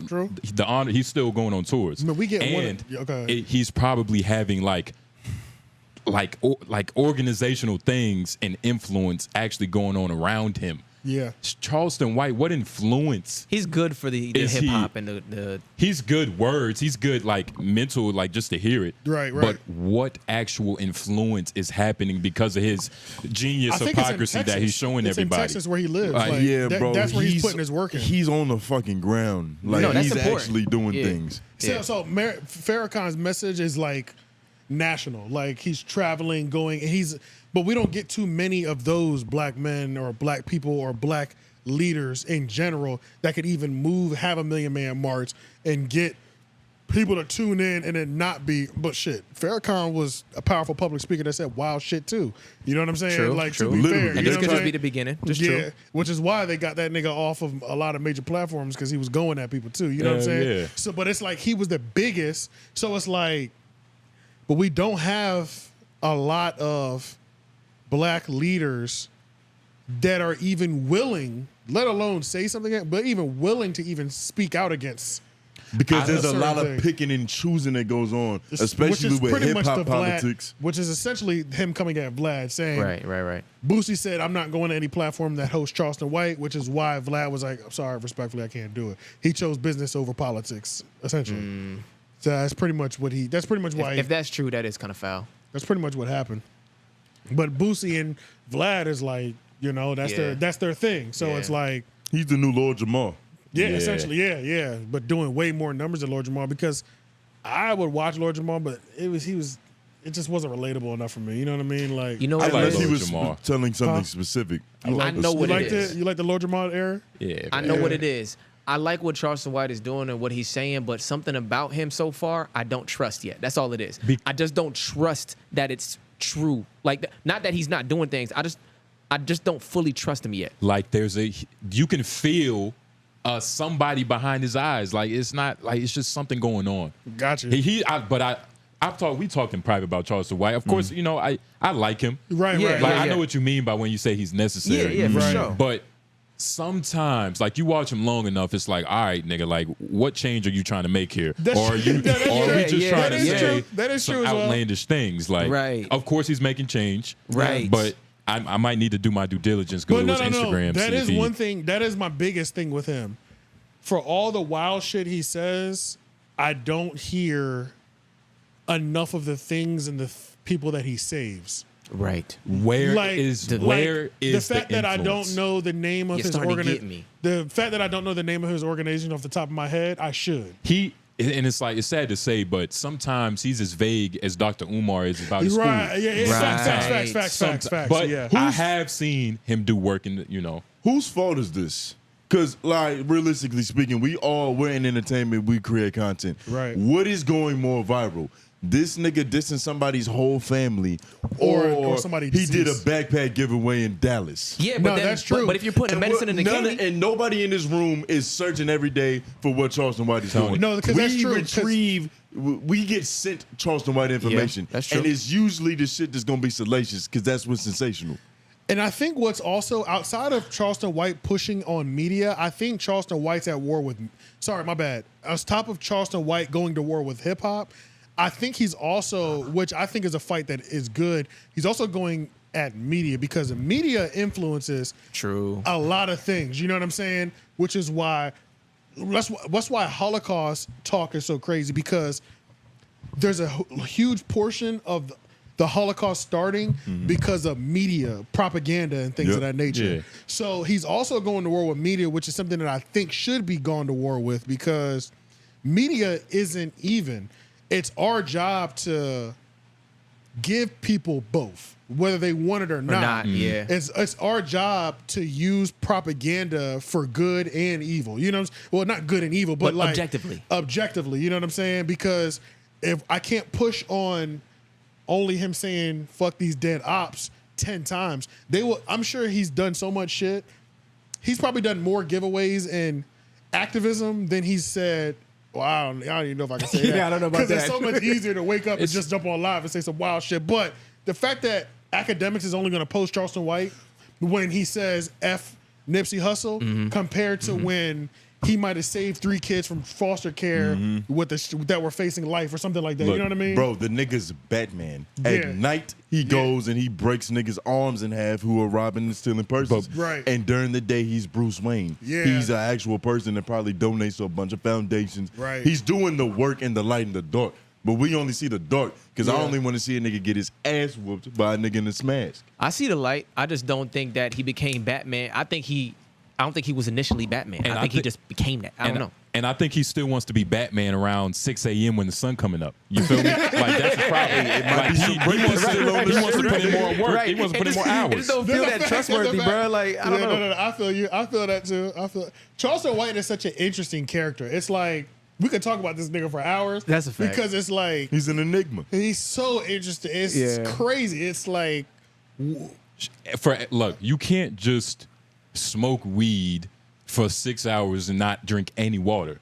Right. So it's the same. Like you can't just say all these salacious things without showing the exact amount of good you are doing. You're doing. If anything, it has to be one has to be more like more good than bad. But and once again, whose fault is this? It's if he goes on Say Cheese and he says he has 15 minutes of positivity, but they might drop the first clip that's just the sensational bullshit to get the hype for the Go to his Say Cheese interview. Like, I was about to say YouTube page just to see how many clips they have. On Say Cheese? Yeah, on Say Cheese, just to see if all of them are salacious. I was trying to go to his Instagram to see if he has any whatchamacallit, but it's everybody's fault. It's of course, the media outlets' fault. Oh, they got interview Sexy Red. That's the booty hole brown chick? Yeah, that's a booty hole brown chick. But it's everybody's fault. It's his fault because he knows what he's doing. And he's smart enough to play into it every now and then. I'm pissed they took off. Shout out to Say Cheese Media too. Charleston White is the founder and CEO of Hype Youth Outreach in Fort Worth, Texas. Hype Youth, that's right. I've heard that. Well, I'm trying to see because it looked like that. Yeah, a list. Yeah, he's the founder of an organization dedicated to educating teens and helping steer them away from turning into crime. Yep. So when you run an organization, you doing events like it's different things that you're doing probably throughout the year. Yeah. Yeah, all year and active because I know I've seen him in court. Several videos of him in court during people's like trials and stuff like that, going to bat for them so that they get lighter sentences and saying, I'm taking them into my program. Don't put them in jail. Let them come to my program and I'll reform them. So like I've seen videos of him in court doing that. Like, does he post anything at all? Bro, I'm trying to find his IG or like something. I don't know. They might have kicked that nigga off IG to be real. You know what I'm saying? Who knows? I don't even know if I don't follow him if he does have IG, but. Rat Williams. That's his IG name, Rat Williams? Rat Williams. So, yeah, he got deleted a couple times. Yeah, because it would be Charleston White if he didn't get deleted. Okay. Do you have any more of those, Jay? Bro. Any more of those little... weren't... Those candies? You're not wrong. I don't disagree with you because of shit like this. Like, I'm trying to make the case for the nigga. Right. And he's just wearing the Confederate flag. Think about this, right? Casually. You do one... All you need is one swipe and you'll see Uncle Ruckus. Right. He already posted it. He knows the joke. Right. He probably plays into it a little bit. But let's not act like it's obviously kids boxing. He's hoping it. He does his job, but it's like, damn, it's more bullshit. The bullshit always rises to the top too, though. The bullshit is necessary. Yeah, it always rises to the top. You don't get that without the other one. He might have got so much funding for his organization through the bullshit. Yeah, that's true. But we just don't know what the background is. And it's a 501c3, which is a nonprofit. So put it this way, it's niggas acting like niggas for money for themselves. He acts like a nigga just to produce, just to make community work for other people. Yeah. Man, and it's crazy because Charleston, he was a nigga once. He's talked about it. I forgot what he talked about, like, yeah, my brother killed somebody. He's in jail forever. You know what I mean? I told his dumb ass, this is what you get. Like, he's talked about it. He's just an ignorant ass. That's a good nickname right there, Rat Williams. It is. He does look like if Cat became a snitch. I wonder who. I enjoy watching rats on YouTube. It's amazing. Shout out to Star. You enjoy telling? Yeah. I do. I really do. It's always interesting to see, especially when it gets real dramatic, like especially the YSL nigga. Just because of the stigma around it. Hold on, let me. Yeah, rats and snitches are just so interesting, and it's like I do enjoy watching proud rats and snitches because I was telling Lauren earlier. I think, okay, first of all, the stigma, there was T-shirts that said, stop stitching. You know what I'm saying? So it's like, that was ingrained in me as a child that we're not supposed to snitch. And I'm not even a criminal. You know what I'm saying? But it's ingrained stop snitching. And snitching is different from tattletaling. Like that tattletaling is just some sucker shit that niggas did. You just a punk ass. You know what I'm nigga. saying? Yeah, you're just a punk ass kid. But like snitching is different. But I think that it's watching people like Charleston White and Star who are like proud snitches and rats. I think it's funny because you need both perspectives. Yeah, because it's like I never understood. Like, I learned so much from it. Yeah, I learned so much from it. Like the whole DJ Envy and 𝔓𝔦𝔐𝔃𝚃 thing, right? I learned so much from that situation because Karen is an acronym for a white bitch that does too much and will call the police on somebody. Caring too much. Yeah, caring too much. There are black people who are Karens too. You know what I'm saying? Like whatever that, and that's what these snitches and rats are. Like they're actually worse. They're actually worse. Because you can't tell a mad black woman something she don't already agree with. Yeah, you know what I'm saying? So it's like, I think it's interesting. And it's like, I learned so much from them because it's like, I'm hearing their thought process and I'm like, oh, I do need to move this way to stay out of the legal eye and out of trouble. Like, that's what has you take it. That's watching niggas like Charleston White and Star will remind you, and seeing people go down for Ricos will be like, I don't even want to take pictures with these niggas. You know what I'm saying? Bro, it's shit like that. Like, it's a constant you start lesson. hating these niggas. I got to fuck with you. I got to fuck with a lot of y'all from a distance. Yeah. Because you doing some sucker shit just because there's a picture of me in there and you're pushing something, even if I have no involvement, the police can subpoena me and start shaking my fucking finances and just see what the fuck I got going on, even though we have no business together. But I might be doing some bullshit over here. You get my other shit caught up. Hell yeah, you a side quest now. Yeah, I'm a side quest. You left the door open. You left it, yeah. So it's like, you need those niggas to study them. You can't hate them. You have to study these people because you, even as a law-abiding citizen, I don't do no illegal activity. I've done it in the past, but so it's like allegedly, no, for sure. You know what I'm saying? Like, that did happen. Yeah, that happened. This is real. You can find my mugshot. You know what I'm saying? So it's like I've done things, but it's also it's good to see this because it's like, damn. Now I'm like, even though I don't see myself going into illegal or shady activity, I still need to move a certain way. I almost need to move like I am in an ethical way. I need to move like a crook ethically, almost. Yeah. You know what I'm saying? Because it's like, shit, these niggas can get me caught up, you know? Just because I shout them out. That's why I'm cautious with the shout outs. I'm only shouting out certain things that if I'm real specific about what the shout out is too, you know? Because it's like, they might link you to them. They're like, oh, they shouted them out every week. Like, they might have something to do with it. Send them a subpoena, nigga. Just send the file over. Now, we want to see everything just to make sure they're not financially tied into that bullshit they was doing. I'm about to say. I don't want no problems. You know what I'm saying? Like, it's shit crazy, bro. So, like, these people are necessary, bro. Shit gets weird. Hey, man, shout out to Star, man.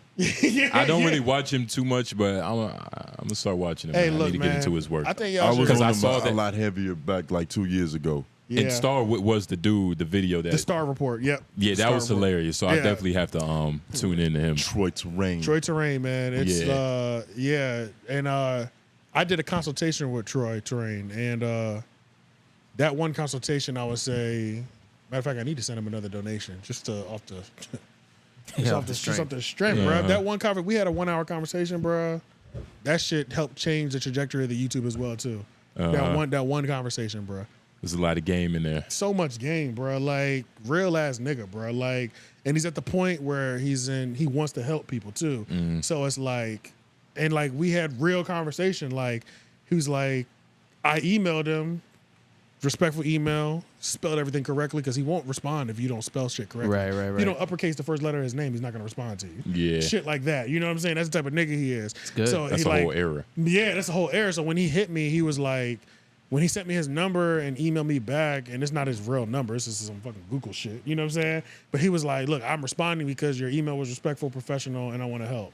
Boom, we get on the phone, we chop it up for hours, give him some bread, then switch up to YouTube. It's lit.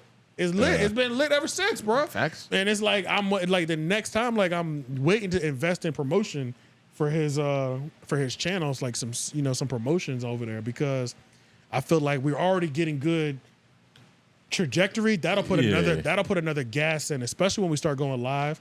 especially because he has a really good live audience, which is important. So I think it'd be good for us to start doing promotion over there once we start going live, because his followers are already used to calling in. They're groomed for that content. They're groomed for that content. So I think I'm waiting for that to start putting that promo package down. But yeah, snitches and rats are necessary, and y'all can't hate them. You have to learn from these niggas. You have to learn how to stay away from these niggas. Essentially, you have to avoid these niggas, bro. Like, you gotta learn how to take you gotta learn how to avoid these niggas. Take another turn. Take a left, bro. Because if you have a nigga who wakes up laughing because he just reported you to the FBI. Yeah, you don't want no problems. You don't want no problems, nigga.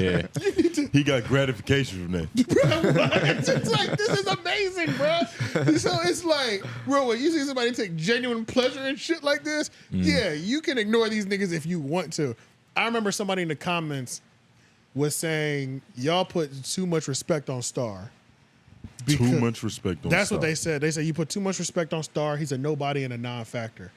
That's what somebody in the comments said. It's a non-factor. That's what they were going at his neck. And I was like, I didn't respond, but I was like, they don't understand. And see, this is one of those situations where it's like, he might not be on the shade room, but this nigga is getting cease and desist have been getting sent to him for the last couple years. Yep. Like, some of our favorite people, 𝙬𝔦𝔐𝔓𝔦𝔑 can cease and desist to him on a regular basis. You're ignoring him, sure.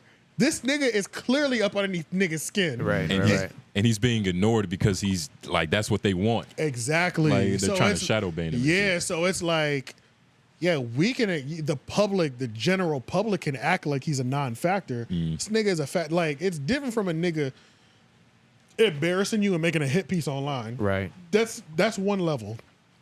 It's different when the police are knocking on your door. This is two different levels of fucking attention. You know what I'm saying? I'd rather you make 100 hit pieces, Abra and preach my ass before you have the police knocking on my door. I can turn YouTube off. I can turn this off. I can't flush all these drugs down the toilet. God damn, bro. You know what I'm saying? It's like certain niggas y'all have to keep an eye on. You know what I'm saying? And you have to gotta respect what they doing. I was about to say, this dog been farting a lot. Yeah. He farted before you came here. So this is like his fifth fart. Yeah, it's At like least. the older he gets, it's just there's no limit on it. He probably doesn't have that much control of his ass muscles anymore. It's just leaking out constantly. Yeah, exactly. Nigga just And old. like, he might be at the point where like he don't know what he's feeling no more. This Like nigga's it might have felt like a burp, but it came out his ass. He's always befuddled. This nigga's always confused. That was my favorite word at one point. Befuddled. Yeah. Befuddled. Yeah. Because I never heard it before, and I was like, that's crazy. Mm-hmm. Yeah. Yeah, the other day, I'm just glad you said that out loud. Tony surprised me. You know what I mean? We was at work and shit. And, you know, Tony has always called me the leader of the white man. Okay. You know, the voice. You know what I mean? I just have a good white man. Lauren might have me beat, but that's another. Lauren has you. That's a whole nother conversation. To be fair, the comments did not agree With what? with him sounding like a white man. Yeah, but we've asked some already- people in person. Yeah. That's another thing. We asked some people in person what you thought about Lauren at first, and it was I thought he was white. It's been at least two. Really? On top of my girlfriend saying it at first. Right. But I was at It's mixed opinions. Yeah, it's a bunch of mixed opinions. The jury's still out.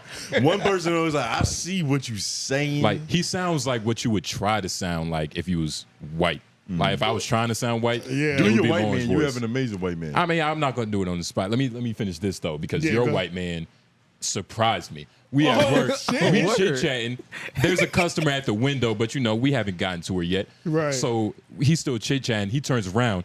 Oh heavens! Like, swear to God. Wait, let me finish. Let me finish what you said. Wait, I wrote it down. Let me finish. Let me see it. Let me find it. Swear to God, this is what he said. Oh heavens. Oh heavens, madam. I did not even notice you there. I swear to God he said it like that. I swear to God. I swear to God he wrote it like that. I'm kind of I can't believe he wrote that shit down. He completely made that Oh up. heavens. I swear. Tony. What the fuck? Tony. Really? Tony's Really? a shapeshifter. Really? Oh my And, God. and at that moment, I was like, the student has taught the teacher. Right. Obviously. Because I was like, yo. And then that was the same day he won like Employee of the Month. And he just got, he just got hired. What the Is fuck your he do sign that? gonna be outside? Because you know I know the one over There's a couple of occasions they'll put a picture of you on the sign. We don't do that. I'm not sure, but you got to understand because he just told you what all that was. Yeah. He should have led with I got employee of the month because once a nigga gets employee of the month, now I'm kind of looking at you like nigga, what you do that I ain't do? I'm kind of already hating. Well, first of all, He's already hating. First of all, he sees me handle a customer interaction well. He's like, this nigga's white now. That's what niggas do, Tony. That's what niggas do. Don't try to play this off as the I'm hating card. You're articulate. How now many you're times? Caucasian. How many times is he going to use the I hating? That's not going to work next year. You better. That's the I hate card, nigga. Those are two. Hopefully next year you start 11. Those are two separate instances that are mind-boggling. One, you just got hired. How the fuck you get employed a month? And then, and then, first of all, your white man was just crazy. Oh heavens! And you, oh heavens! I've never heard anybody say that in life. oh heavens! I didn't even heavens. see you back there. I'm gonna let him have it. I'm gonna let him okay. have it because it's a lot. Like it's such a funnier version of what actually happened. But it was in that vein a little bit. Nigga, in reality, I'm talking shit with you. With this nigga, mind you, so I'm out of character. Right. I'm not in cashier like, hey, McDonald's working this motherfucking mode. Right. So I turn around, I see a white lady looking at me like, it's niggas not working. I'm like, oh, hey, my bad, I ain't get you. Woo. What? But oh heavens, with the little Chinese bell was a lot better. It's a lot funnier. I licked the pinky toe. What? I don't know if the listeners just heard that, but he just said it. He wasn't in the character. That's what I'm saying. It was a shape-shifting moment. Like it happened in front of me. It was like, oh heavens! Like I was. You saw the clear difference. It was so crazy. You were like, "Who is this?" I said, "What the fuck?" The contrast was crazy. This is crazy. Yeah, as opposed to a nigga like him who would have been like, sup, bitch. And now you wonder why you don't have a $50 Target gift card. First of all, I got tipped today. I've always getting. It's not about that. Him getting employee of the month when he just got hired, and I'm not even saying that I should have got it. I'm saying that's what it sounds like. Because we've talked about this. Because you brought up the time that I'm there, so he's acting like we haven't already talked about it. Maybe it's an incentive to not increase the turnover. What you mean? Like, like places like that have a high turnover, so they're like, let's give them an award early. I'm literally the most important person in there. The day before I got employee of the month, I got a compliment by the owner of the McDonald's. Yeah. I was a fucking shoo-in. You be working when you there. He's lying. He just said he's the most important person. Put it this way, because this is what the truth is. Yeah. They're so bad that I look better in comparison. Okay. You get what I'm saying? Yeah. Like, actually doing work will get you respected in that motherfucker. So that's what I'm saying. You actually That's doing all work. it is. Yeah. This nigga trying to steal fries. Bobby outside smoking Black and Milds. This nigga putting everybody on blast. He's snitching, right? He's snitching, right? How you trying to defend? Look, you wanted to know why I got employee of the month in 30 days. And then I tell him why. And that's why Charleston White is needed. Because you niggas don't like being talked to nicely. You gotta put some abrasiveness on it. That's the only way you get better. Hey, now I want to hear your white voice. Shit. Huh? Now I want to hear your white voice. I don't have one. And you know what's insane about this whole conversation is that he has the best Tom Dubois, whatever white man voice in my white man sitting right here. My white man. But he has performance anxiety. He can't do it. My white man. You see what he's doing? He's doing the thing. He's doing the thing. He's doing the thing. I'm doing the thing. But his white man, I'm just saying, it was cool. My white man give me employee of the month, nigga. It was cool. Yeah, I have a lucrative voice actor career in the future for me. And I've gotten the gift card too, nigga. You're not like, I'm just saying, it was just, you haven't been there long enough to get it. But that's the problem. It does sound like hate when you say that, though. You said that a few times. He keeps saying that. It sounds like hate. I'm gonna let the court of public opinion hate this nigga. Like we've talked about this before. I hate when, like we've already talked about this. I've said my main point was that there's other people there besides me that just deserve it. Okay. Bobby smoking they weren't black. good enough. It's simple. It's simple. Like, what do you want me to do? You can't say much either, bro, because he got the chip. So it's like, what are you gonna say to the champion? In a month, nigga. In 30 days, nigga. Hey, you kind of have to let him have it. It's nothing for real. That's kind of lit. Yeah, that's kind of crazy. Yeah, you would think as a friend he'd be proud, like, nigga, you the MVP already. But nah, he just trying to figure out how I did it. I mean, but that's He's the like, thing. nigga, they were the other worthy candidates. But that's the thing. I've gotten it before, Right. but it is. How long did it take you? Bro, when I first got there, I was getting tips why I don't have to lie about this. Tips. I was getting tips and gift cards like every other week. Tips and gift cards. You was getting multiple employee of the month gift cards? First of all, you see, he hasn't gotten the other gift cards to where you don't know. But here, I'll tell you. What are those So there's other avenues to get gift cards. There is the Employee of the Month avenue, which I will give you dab for. Yeah. Can I get a dab, nigga? That was for you. That wasn't because I wanted. That was for you because I didn't. Congratulations, Tony. You got Employee of the Month. I'm waiting to laugh at a joke. But there's also this isn't a joke. You see, I'm not trying to do a joke. There's also, just getting gift cards because people have complimented you and things of that nature. All right, participation trophies, I guess. It's not participation. It's you got a ribbon. Cool. It's like customer reviews. You got type a shit. ribbon. Customer That's all right. reviews type shit. Customer reviews, yeah. Well, what's better than a customer review? The review from the owner. Which I've gotten. That'll make you a shoe-in. Which I've gotten. Yeah. How many MVPs you got? What you mean? I've gotten a couple of gift cards. Nah, a couple gift cards. It's always a couple gift cards. It's never I've been Employee of the Month. You notice that?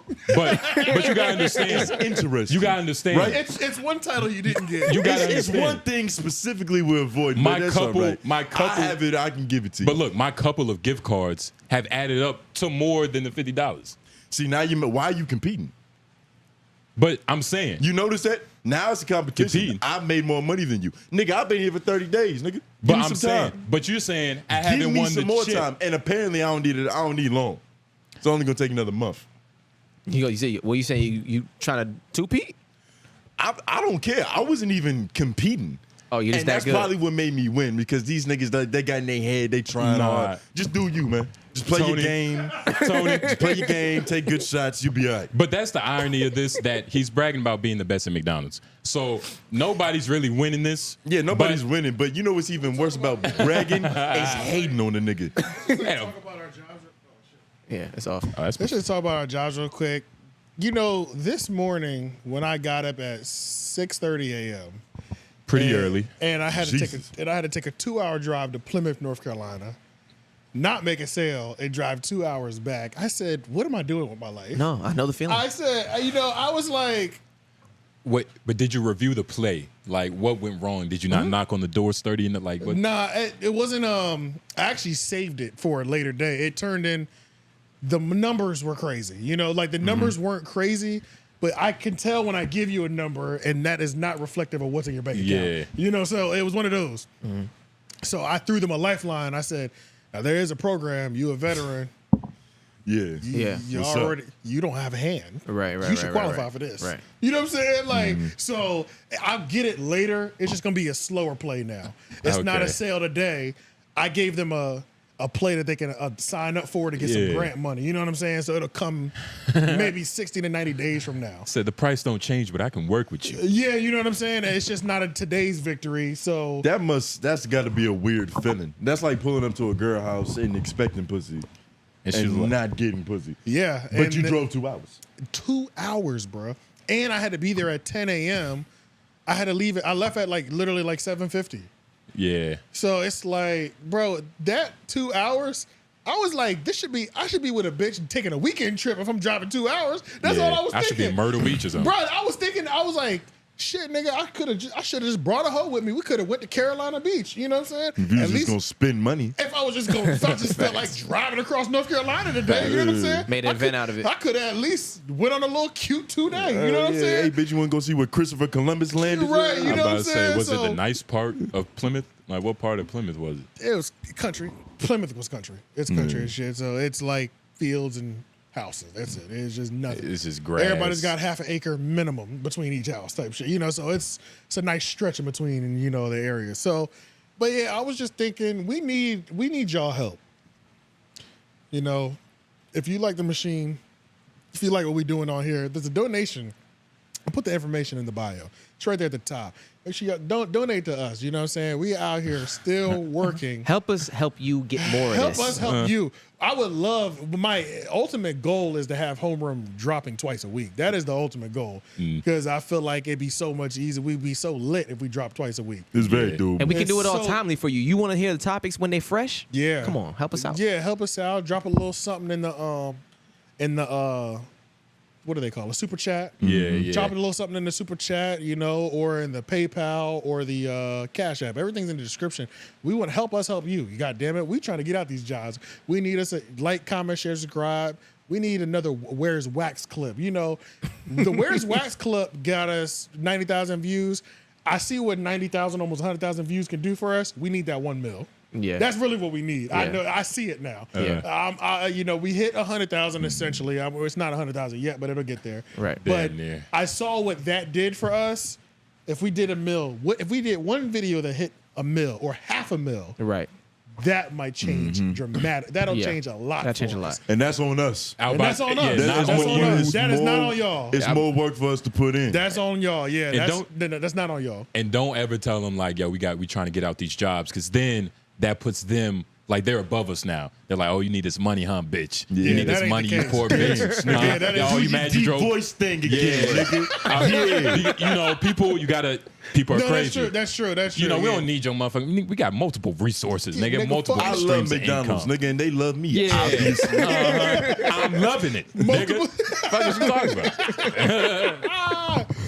Oh shit! All right, let's jump into the no jumper universe.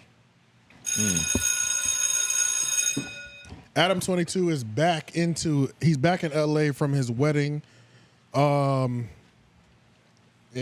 wherever the hell he was at. He was in Greece or something like that. I don't know where he was at. He was, Spain, Barcelona. Dangling all balls. them shits. she was doing rich nigga shit, you know, because he's a rich white man that got married to a porn star. You know what I'm saying? So, he was going. I mean, that's what she does. That's what she's a beautiful young lady. You know, what I And mean, he's one too. So This is a porn star wedding. you know, But he's back. He's back, y'all. And like I said, I've always said, Adam is a fighter. It doesn't matter how down he is. Adam is not going to stop, okay? And I will say that, first of all, Adam just made an announcement that somebody that we have not seen in a long time, and his words are exactly, I didn't think they'd ever come back to No Jumper, will be on No Jumper tomorrow. So while this episode is airing, or a little bit, this episode will air after the No Jumper show. Pretty much, we're gonna figure out who's somebody that we know before from the No Jumper universe is coming back. Who y'all think it is? AD. I think AD being up there is a pretty high possibility. I think T-Rail would be like, AD Trail or House phone? I don't think House Phone's coming back. Okay. maybe Lush, but in the sense that niggas can't believe that Adam would let him back up in this motherfucker. There's no way. There's no way. There's There's no. no I way. don't think so. No way. It's Lush. even as far as He like said you wouldn't teasing it. believe it. That's true. He That's said you wouldn't believe it. who I would hope it would be, even though I don't think he would match the vibe at all.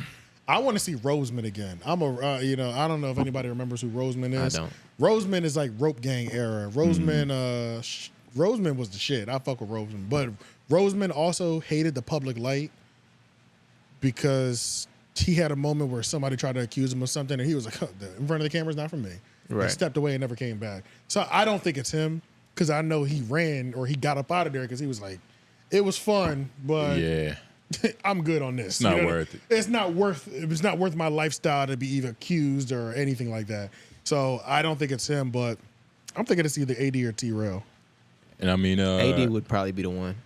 I feel AD is alluded to that he's been talking to him. Yeah, And it seems like they're like cooler again. Yeah, out of everybody, I feel like, they just have that relationship. yeah.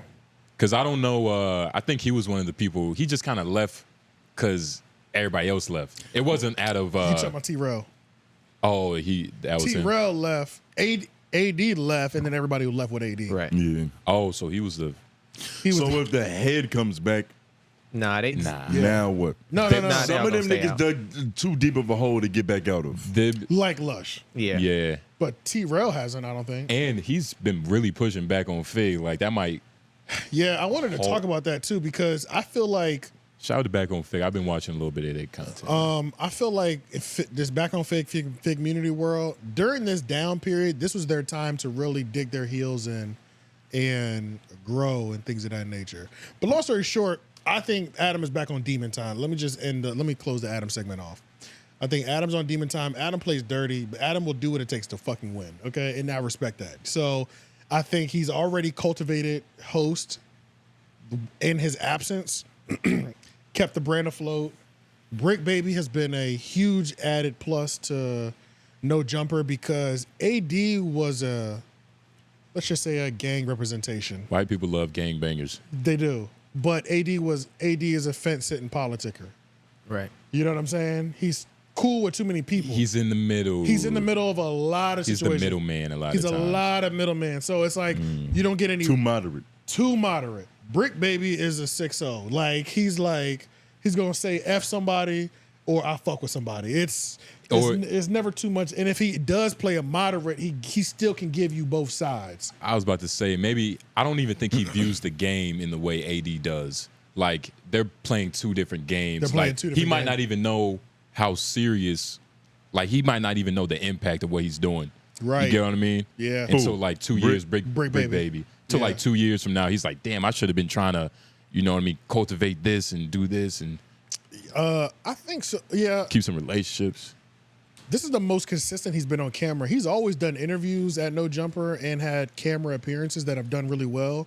Yeah. Even with people like Cam Capone and stuff like sparingly, that. you know Yeah, what I'm yeah. saying? But it's like this is the most consistent he's ever been in front of the camera. Like he's probably kind of getting paid for this. Yeah, I mean, he did one of those videos. Shout out to Adam because he helped me out when I was financially down.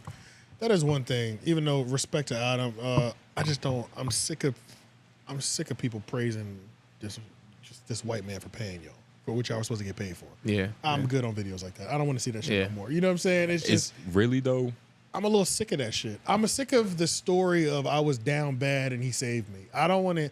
He doesn't need. Adam don't need no more white savior. Does that make storylines. you? Why would you say? Does it make you feel like he like leans in further when he knows somebody needs him?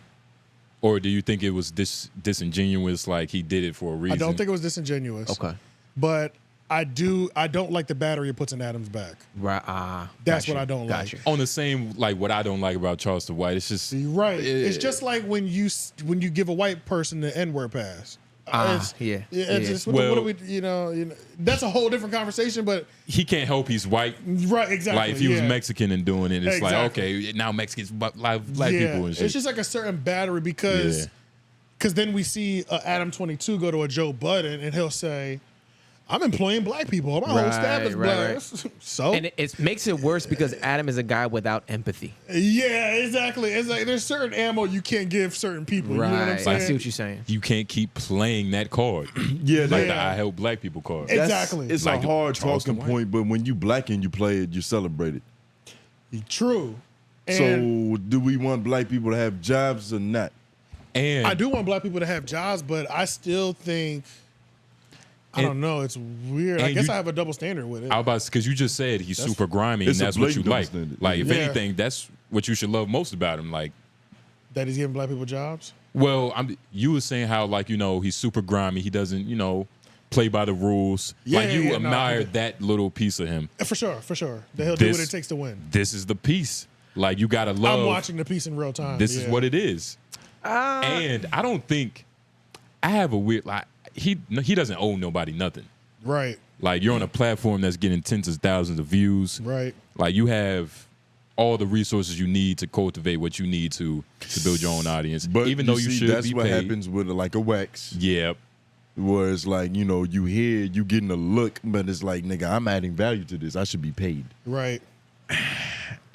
It's true. It's like what Especially if y'all getting paid. Well, you know what? My whole thing is, even though it's a double standard that I just pose, my whole thing always, it changes how I feel about it depending on how the person in that position plays the card.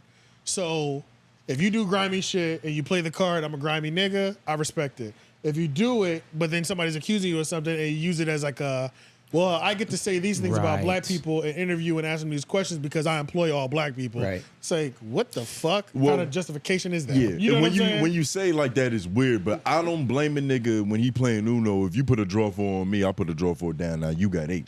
Right. fuck me. Yeah, true. And he helps black people. Yeah. He needs black people for his bread and butter of his foundation, which is It's like gang. a mutual relationship. Yeah. I mean, he helps black people. I True. mean, shit. We should be happy, really. Honestly, like we should really be happy. Like he's helping Because black if he was a black person, this wouldn't be a story. It actually would be a bigger story because we would be celebrating the nigga. people. Unless he was like a Carlton Banks type of dude, then it would be a little corny. 'Cause Now, it's like, it wouldn't Would matter. we? He hiring black people. We wouldn't talk about it as It's much. black on black. I don't think it'd be a conversation. It wouldn't be a conversation. It wouldn't. it is a corny stance. Yeah. It is a little corny. It's a little overplayed. It can be. Yeah. But at the same time, he's helping black people. And Brick Baby, I haven't met him, but he seems like a upstanding, a righteous person. Like, so if he's saying, "Yo, Adam helped me when I was down," like shout out to Adam. Yeah, it's probably maybe maybe my issue is with the black people that say it because they're niggas. Well, it was because that was the same thing that AD would say. It used to drive me crazy as well. So it drives me crazy on actually, I'm equally hating on both sides because I hate when Adam uses it as a justification for his behaviors that he employs black people. But then I also hate when somebody black talks to AD and they would talk to Terrell or anybody and they would say he hires all black people. It was like everybody is like, this was like a go-to excuse that everybody loved to use. They're his attorneys. Yeah, and it was like, it just made me sick that everybody would repeat the same thing. And I was like, what the fuck does that have to do with anything at this point? Like, it gets redundant. Yeah, it gets redundant, and it's like Hitler probably didn't kill no black people. Don't mean he didn't hate us. Right, you know what I'm saying? So it was just weird. It was just weird. It's weird, and if I was a white dude, I would give up.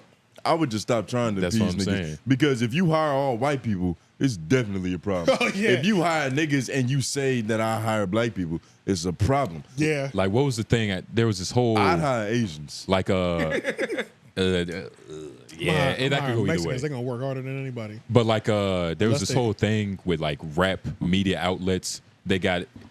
People were outraged. They got exposed because all of them were white. Daily Loud just had that moment happen on Twitter. And Rap Out Loud, they're like a white... honestly, it's a couple hip hop media outlets that hip hop media outlets that are all white people. And so, you know how ignorant they are. Would it be better if the ignorance was coming from black people, like the Shade Room? Oh shit! You feel me? Yeah. Because it's our playground. Or is it? Are you saying that it's the ignorance has to get fed at some point anyway? So would you rather it be from your own, from a staff of black people or a staff of white people, pretty much? And we have decisions to make. I don't even know, bro. That's a good question. I mean, the answer is it sucks either way. Yeah, but you can't win. Just give up. Yeah, but if you want to be white, go be white. Where there's a lot of white people. Yeah. But yeah, you'll be okay there. There's nothing that anybody can say to you. And I'm not white, but maybe Adam is doing it from a disingenuous place because it's like, if you really care about helping black people, you saying I help black people shouldn't be your first point. right. Maybe. It's like saying now I'm thinking about it. It's like saying I'm not racist and I have black friends. I have you can't say that again. If you care about black people, your first point shouldn't be that I help black people. Like I have gave money to black people. Like maybe. You get what I'm saying? Like, yeah, because it's just like it's the same thing if somebody called you racist and you say my best friend is racist, or you have a problem with gay people and it's like I have gay friends. It's like what the fuck? So as a white man that cares about black people, what do you do? Because you can't give him a job. Show it actions. That'll fuck it up. What would I say? You know what's funny? It's what like, do you do? You know what's funny is like that question got asked. I feel like a lot during like George Floyd protests and things of that nature, and then I just like, what does a non-racist white person do to separate themselves from the racist white people? And it's just like, it's weird giving a white person a list of things to do. One is just like call out clearly racist white shit. But then I also just look at other people. I don't know. It's just a thing you can feel. It's like Mac Miller. I feel like Mac Miller never said, I do this for white. We just felt how genuine this nigga was. Even Nance. Nance never struck me as like somebody that needed to prove that he's not racist. And you know both what I'm saying? of them aren't oblivious. That's what it really is. It's about being the white oblivious person. Right. And Adam loves to play dumb. That's one of his favorite things. You feel me? He loves to play dumb. So that's when you're like, motherfucker. And then it doesn't also help that you have an upside down cross on your face. You got demonic tattoos. The nigga's last name. Yeah, exactly. He got so many little things that just add up that have you like, come on, my nigga. Like, you know what I'm saying? You gotta do better. Yeah, but he's back. I think he's already fighting back a little bit. He's got the Brick Baby. Apparently he signed what's the nigga name? 5'5". C-Mac. Apparently he signed C-Mac to an exclusive deal, $10K a month. I don't know if that was real, but if that is, that'll be great. Well, let's be honest. In LA, which y'all traveled a little bit more. What's that? Yeah, I mean, I think $10K a month would be like $5K a month here.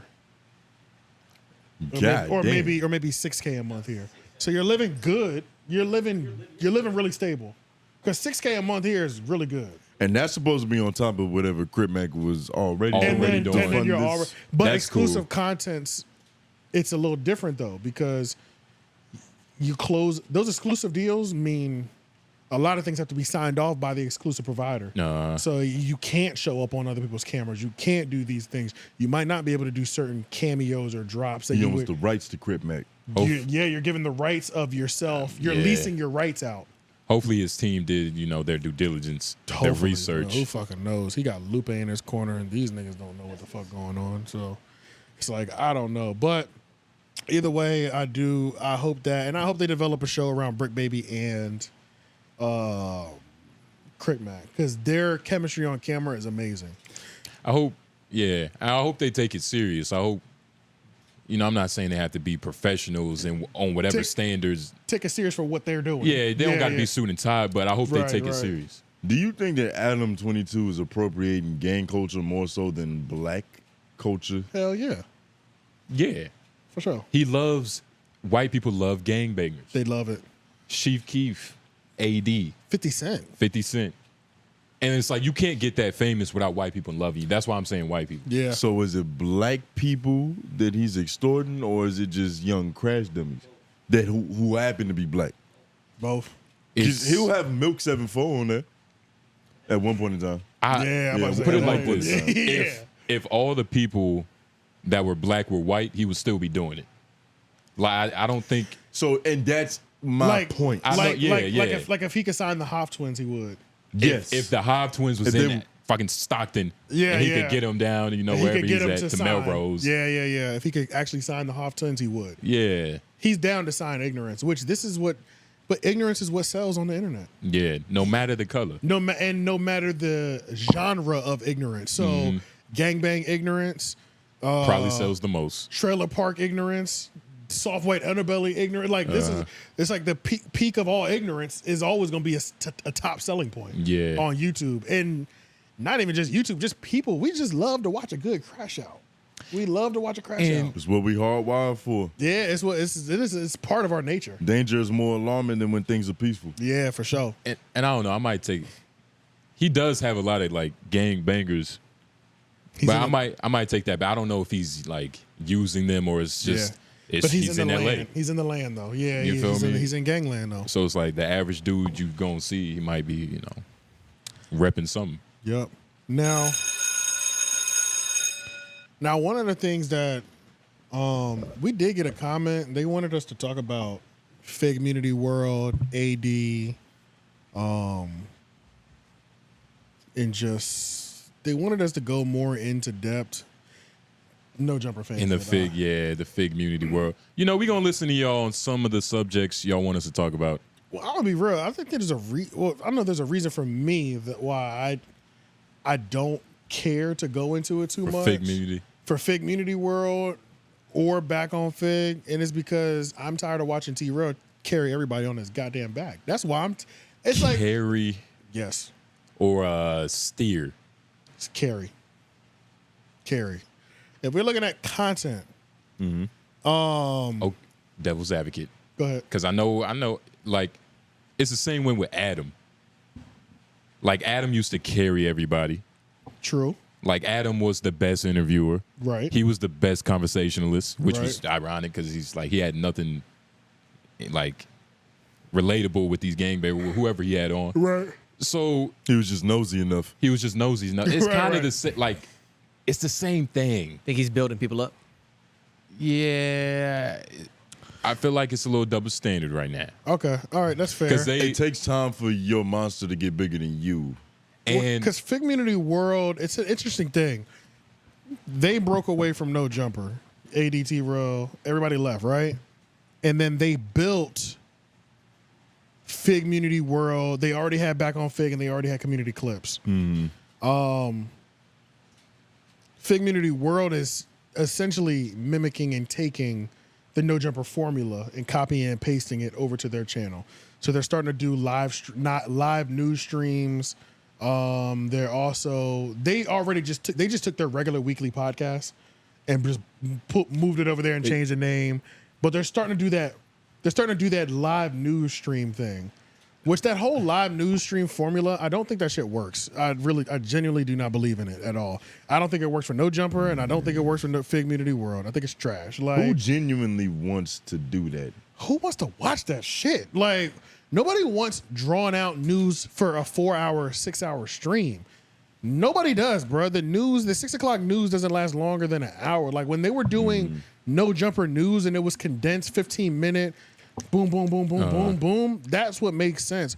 I don't want to see Poetic Flacco, Almighty Suspect, Court, and fucking Skinny P from the 9 talk about shit for 6 hours. Yeah. Fuck no. And same way I don't want to see Gina, Duno, and Worm talk about shit. I don't want to see none of that shit. All of it's boring, bro. So like, and it's not like they're live talking about like some Pearl Harbor event, like 9/11. Bruh. Like we're like, look, guys, it's boring, bro. It's boring, dog. And it's like the thing that irritates me, and the reason I can only talk about.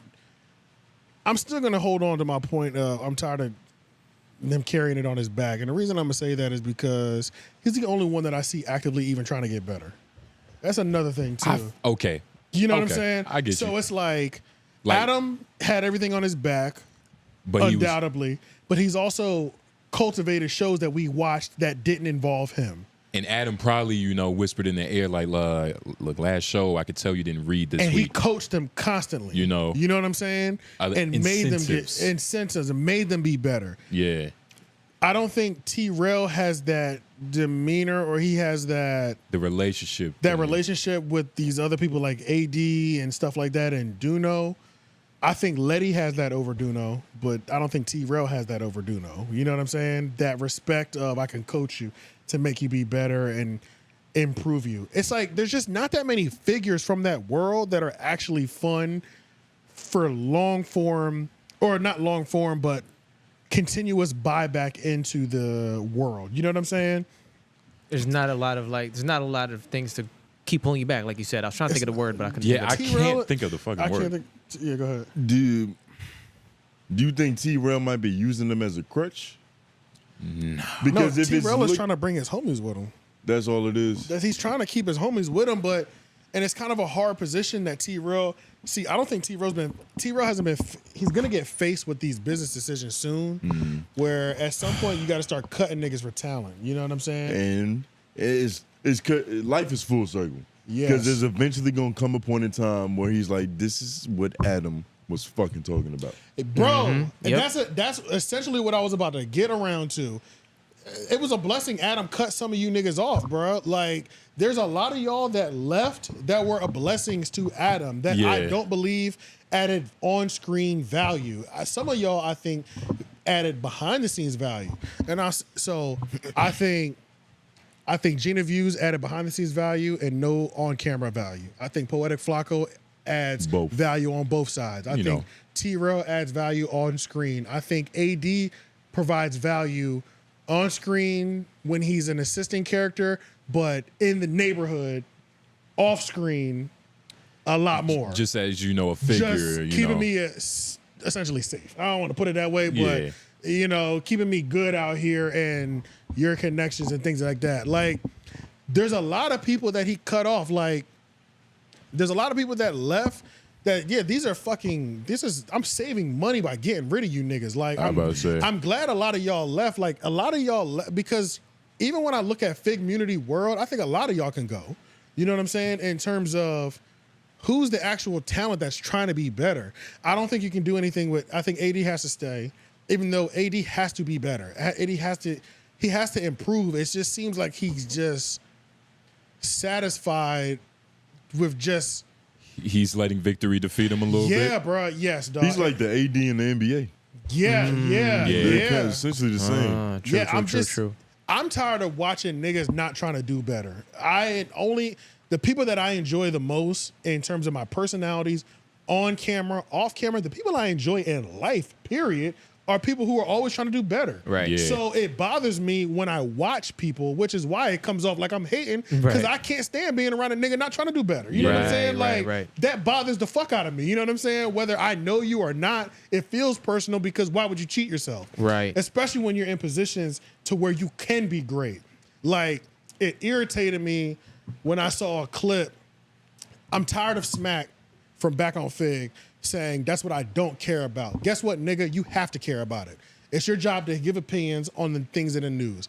I'm tired of hearing AD say things like, but we're still new to this. You're not new to this. You're 2 years in. And the reason I can't let any of them get away with that excuse is because T-Rail had less time at No Jumper and learned more.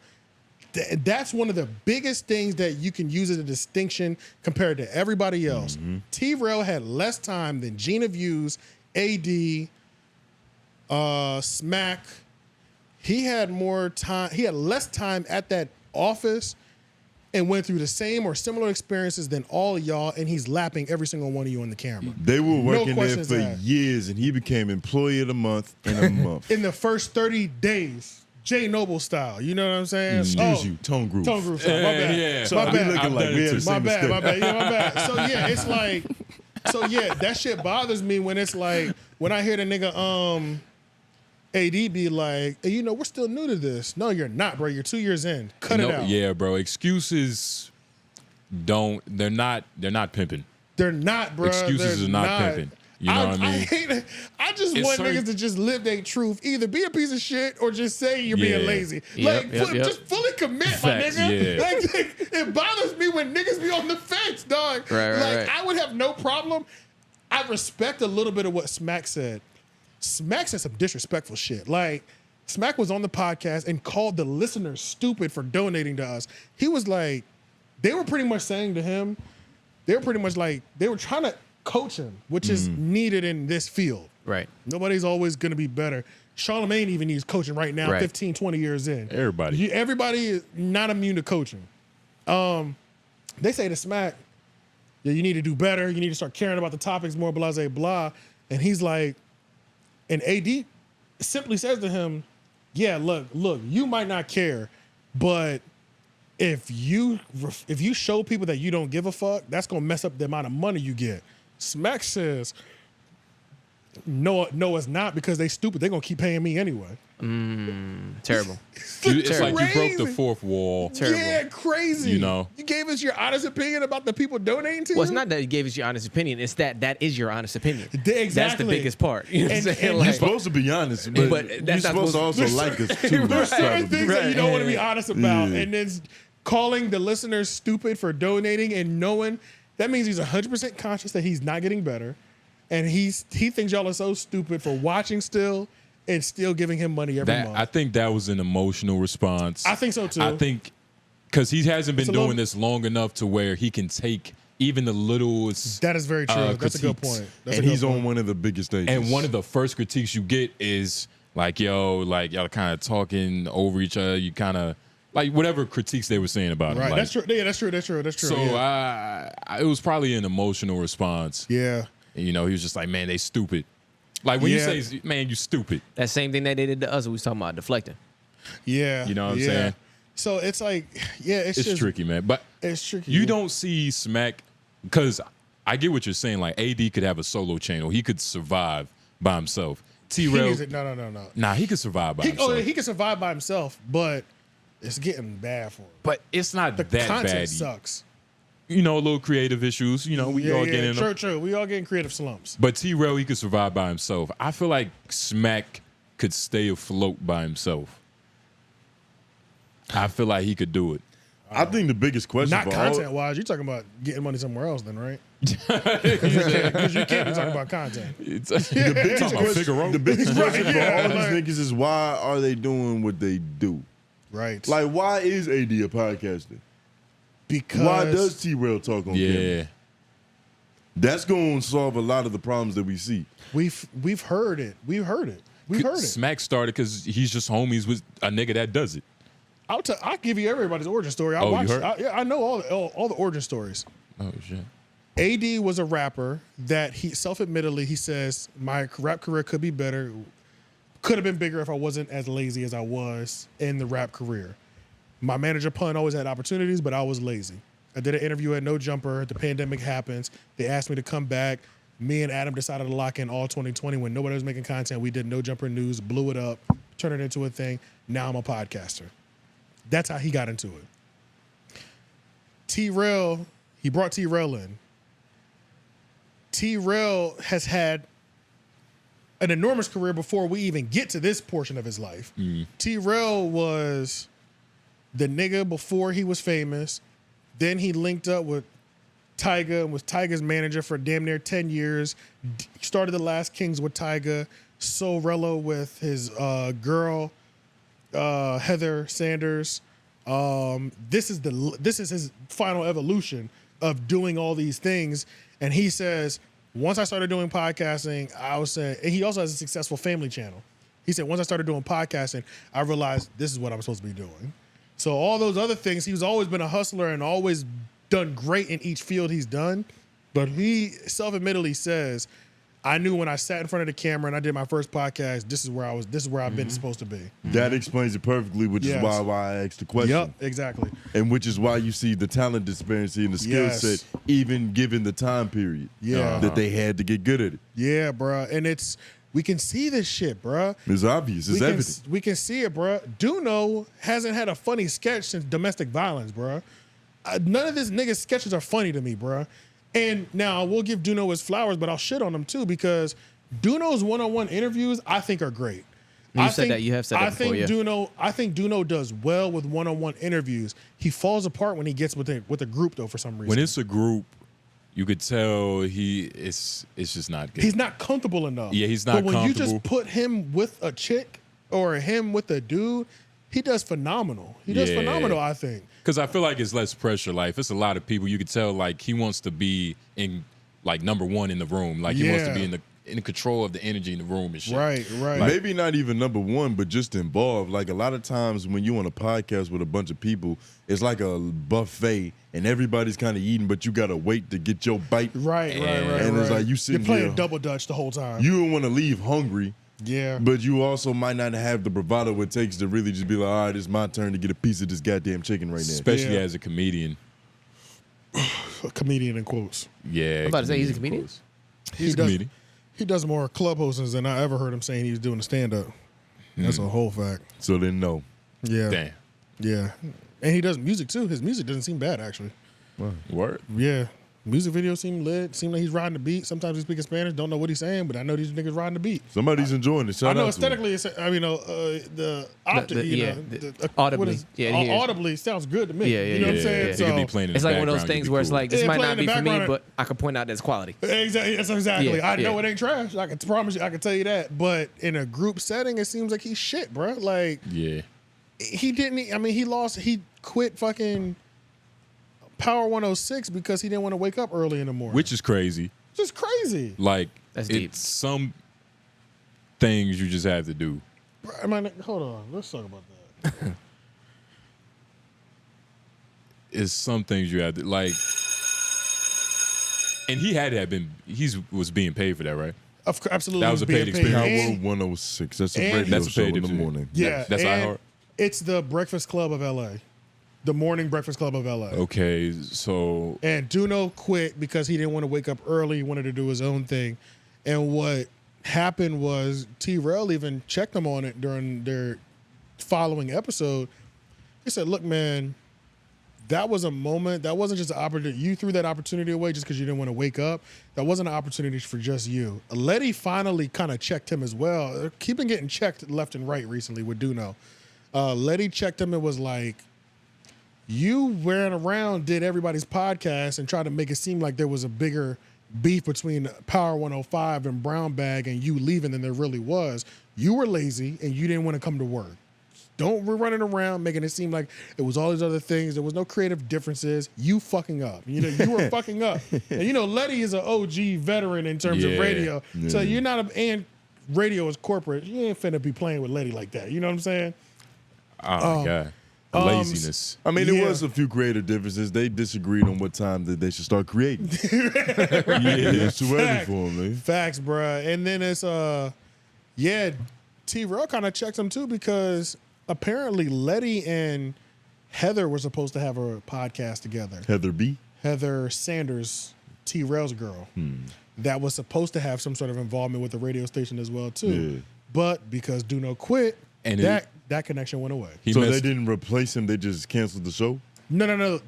Brown Bag is still... It's still a thing. It's just no Duno. Yeah, he messed it up for everybody. Like, you know, when you get hired at a place, you should probably stay a couple months because you might have a friend that might need a job. Jobs like that are about the connections. And even if you're about to leave, you might as well, you know, just throw the lob like real quick. Right. And jobs like that are about networking and connections. It's literally all it is. And he's too young to understand. And the repetition. That. Yeah. And the repetition. Because you're getting another chance to put up some shots. Exactly. Yeah. And it's like he didn't realize that. And T-Rail straight up told him, like, look, man, I'm not going to say you can't do whatever you want. You're a grown-ass man. But at the same time, that was an opportunity for you to step in. He was like, you missed out on, he said, you missed out on networking opportunities that would have lasted you for the rest of your life. You know, it's always a story. By quitting that job. It's always a story about comedians self-sabotaging in some type of way. Yeah, that's true. So, yeah, he's a real comedian. It's like some real comedian shit. Yeah. Like, do know. He's do know, nigga. He doesn't know enough. Yeah. What do you know? You damn sure don't know comedy sketches. I can tell you that. He knows Spanish. I want to know, and knows his favorite food. That's a fact. I'm gonna be honest. Like the domestic violence sketch was literally so good. I want to know whose idea was it. Was the nigga that was? I was about to say because you keep referring to it, so it must have been great. I haven't seen it. Let's pull that up. It's amazing. This is a YouTube. This is a Instagram sketch that will last. This will be timeless. Yeah, that's how good it is. You know what I'm saying? It's crazy. I didn't realize it was him. But the fact that it was that good, and you've never had anything come close to it since, makes me think it was this nigga in the background's idea now. You know what I'm saying? He has a Quentin Miller. Chill out. Low key because, bro, none of the sketches are hitting like this shit. I'm gonna run it. Yep. Yeah. Right here at the block with the homies. Say, what's up, boo? Hey, what's happening? Tap in with us. Where the bitches at, though? Yes, sir. We trying to kick it. No bitches, bro. I told you this. Why not? Bro, my girl got you on there. I told you that. Wait, so why haven't you blocked her from... I blocked her already on my phone, but I can't do that on your account, bro. What? She see everything you post. Oh. Remember the last time you was mentioning bitches? Uh-huh. I didn't get in the fade, bro. She blacked my eye. Oh, the homegirl abusive. Yeah, bro. Abusive. The homegirl domestic violence. Yes, bro. But fool, but your horse will be my horse and my horse will be your We horse. won't have no horse if we both dead, bro. How the fuck we gonna play that role if we both dead? Oh, she trying to 187 type shit? Bro, double homicide. Yes. Murder was the case? Murder was the case. The homegirl death row, but bro, then just leave her, fool. She's probably weird, fool. She's a weirdo, fool. It's like I'm addicted to this shit. I don't know. I can't explain it to you, bro. You're addicted to bitches punching you in the face? It's easier said than done, bro. I can't. I don't know, bro. Why are you scared of her? Bro, you would be Look at your face. You look scared. Like that shit's good. It's funny. Like that was his biggest sketch, and that shit was like Ellen level sketch. It showed potential. Yeah. You know what I mean? Like he ain't came close to it since.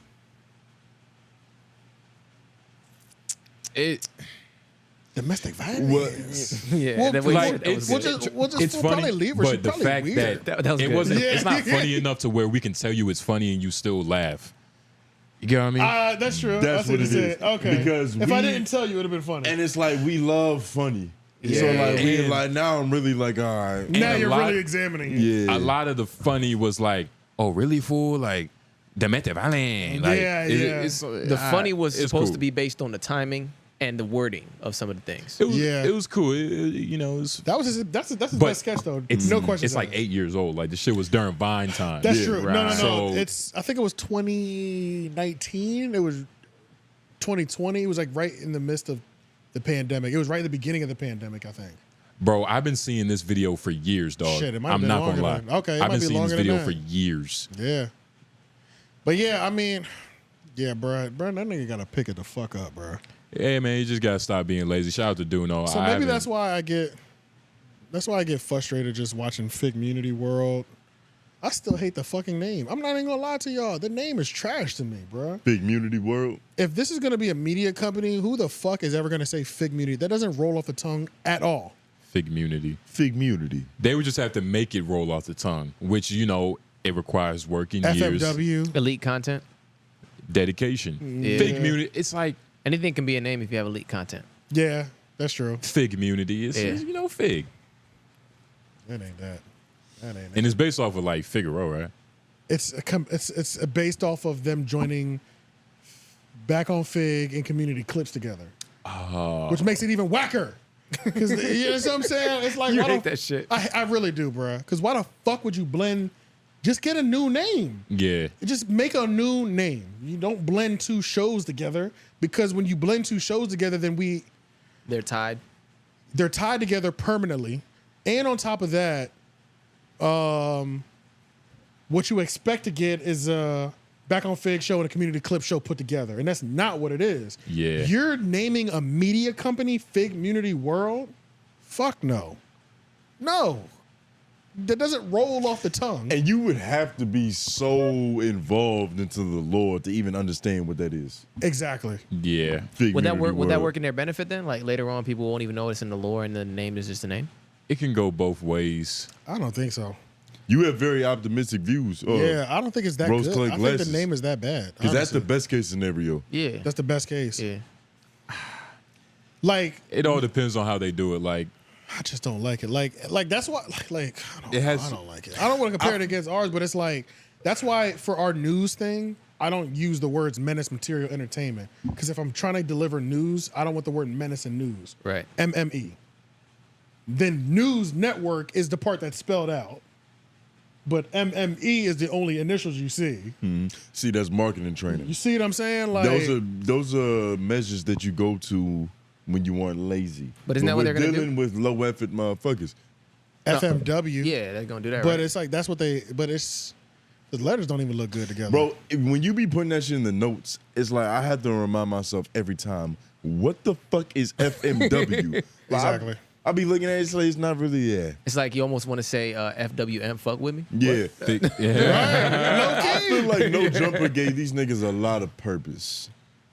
They did, and then they also. And now we seeing them purposeless, and it doesn't look. Which is what it happens. doesn't look well. But only one person learned the game correctly, and that's T-Rail.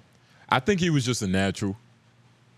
He was probably just a natural. I think he's the only one that's not lazy. You don't think anybody else is going to Honestly, grow? yeah. He loves it more than them all. He loves it forever. Yes. He loves it more than his companions, Yeah, his comrades. he's the only one that's not lazy, bro. I think everybody's lazy, bro.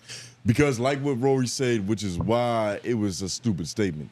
And it's the reason why a lot of people just jumped into podcasting, because it looks like you're just talking. Yes. And we talk every day for free. So why not go talk to get paid for? Right. But it's not that easy of a transition. It's not. I guarantee you right now, if you listen to any one of these shows' first episode, except for this one, if you listen to Three Oaks' first episode or LOI the show's first episode compared to the ones today, facts. Incredible. Nigga, you're gonna hear an engine because it was sitting on top of the little what would you call that? Oh, the like the cup holder armrest. Armrest. It was sitting in the middle of the armrest with the car was on because it was cold. So we had to have the heat on. So you hear heat and engine and radio sounds and key.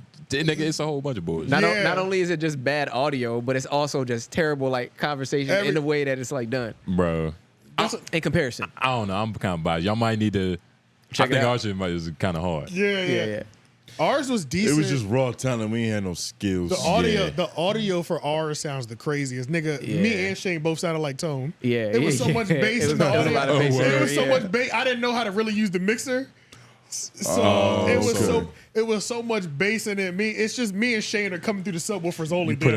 Our shit was the exact opposite. Our voices sounded way louder than they actually were because of the conditions we were recording. It was just bad. That shit sounded because we was recording through an app. We was recording through Anchor. Yeah, that's right. I remember. So it was just so many things going on. Yeah. But nah. Shout out to Figmunity, dog. You know, I hope they do cool things. I'm ready to see. It's got to be more creative. I'm ready to see I'm ready to see T-Rail start clipping niggas. That's what the fuck I'm waiting to see. I think it's time to start clipping niggas. Honestly, I mean, damn, can't just started. Yeah, So it's even more imperative for you to get away with all that dead weight. Yeah, as said earlier. Because you don't want to form these bad habits. I don't want to put 2 years into this and then you haven't improved in 2 years. True. And then I want to get you out of here in 8 months. Because the longer you wait, the harder the conversation is going to be. Way harder. Way harder. Way harder. So, yeah, it's time to start clipping niggas or lowering niggas' pay and lowering their appearance on the network. Like, what did Dwight Howard, he's playing in Shanghai or whatever, and I guess his owner was like, we're thinking about paying him less, so it's more of an incentive for him to try harder next season. Because I guess he was lazy this season in Shanghai. Wasn't he already having like 81 and 40 rebounds or something? That's lazy, nigga. That's lazy. They want more from him? That's lazy for a black man over there. Speaking of basketball, who won tonight? Denver. They won a championship. Oh, it's over. Wait, what? Denver won a championship tonight in Game 5. That just got to be the most boring championship win ever. The games were popping, and the numbers aren't. I heard the numbers are up. The numbers are up, but like it happened, and it felt like a fought. Denver is a big place. It's because it's a small market team, but yeah. Once they were put in the media light, it was like, oh, these niggas are actually really fucking good, like because they weren't being shown on TV as much. You know what I'm saying? Shout out to Jokic. So even though Jokic was going crazy all season, averaging a triple double, nobody like, cared until you were at the championship series. Until you fucking put him on the screen and you're like, oh nah, it's actually some phenomenal shit happening. Jokic got a ring before a lot of people. Who else is on that team? Excuse me. Jamal Murray. Yeah. Aaron Gordon, Michael Porter Jr. What's his name? Brown. What's his name? Wow. I forgot his name. Who? That's crazy. Brown. What's his name? Bruce Brown. Bruce Brown. Bruce Brown used to play in Brooklyn. Shout out to Michael Porter Jr. Why? He didn't play well this season. He's dope. Series, He's supposed to be the next Kevin Durant. I never even heard that name in my life. Exactly. He was supposed to be the next Kevin Durant. Yeah. Oh, okay. Ugh.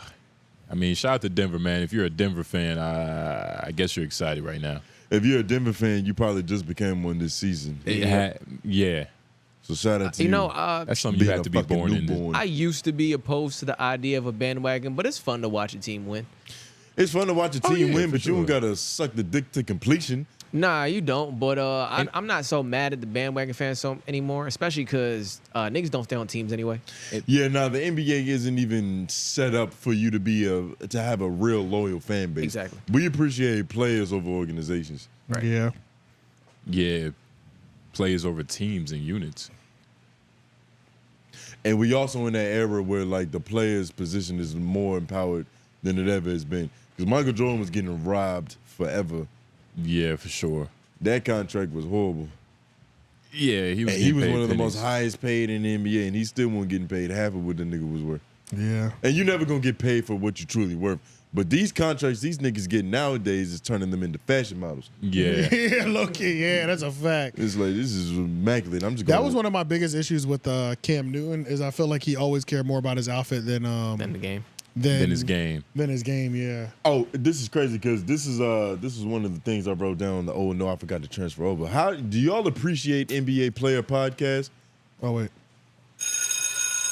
Do I gotta say it again? Go ahead, do y'all appreciate NBA player podcasts? Because there's a few of them out there now, and there's a lot of good work that's going on. I do.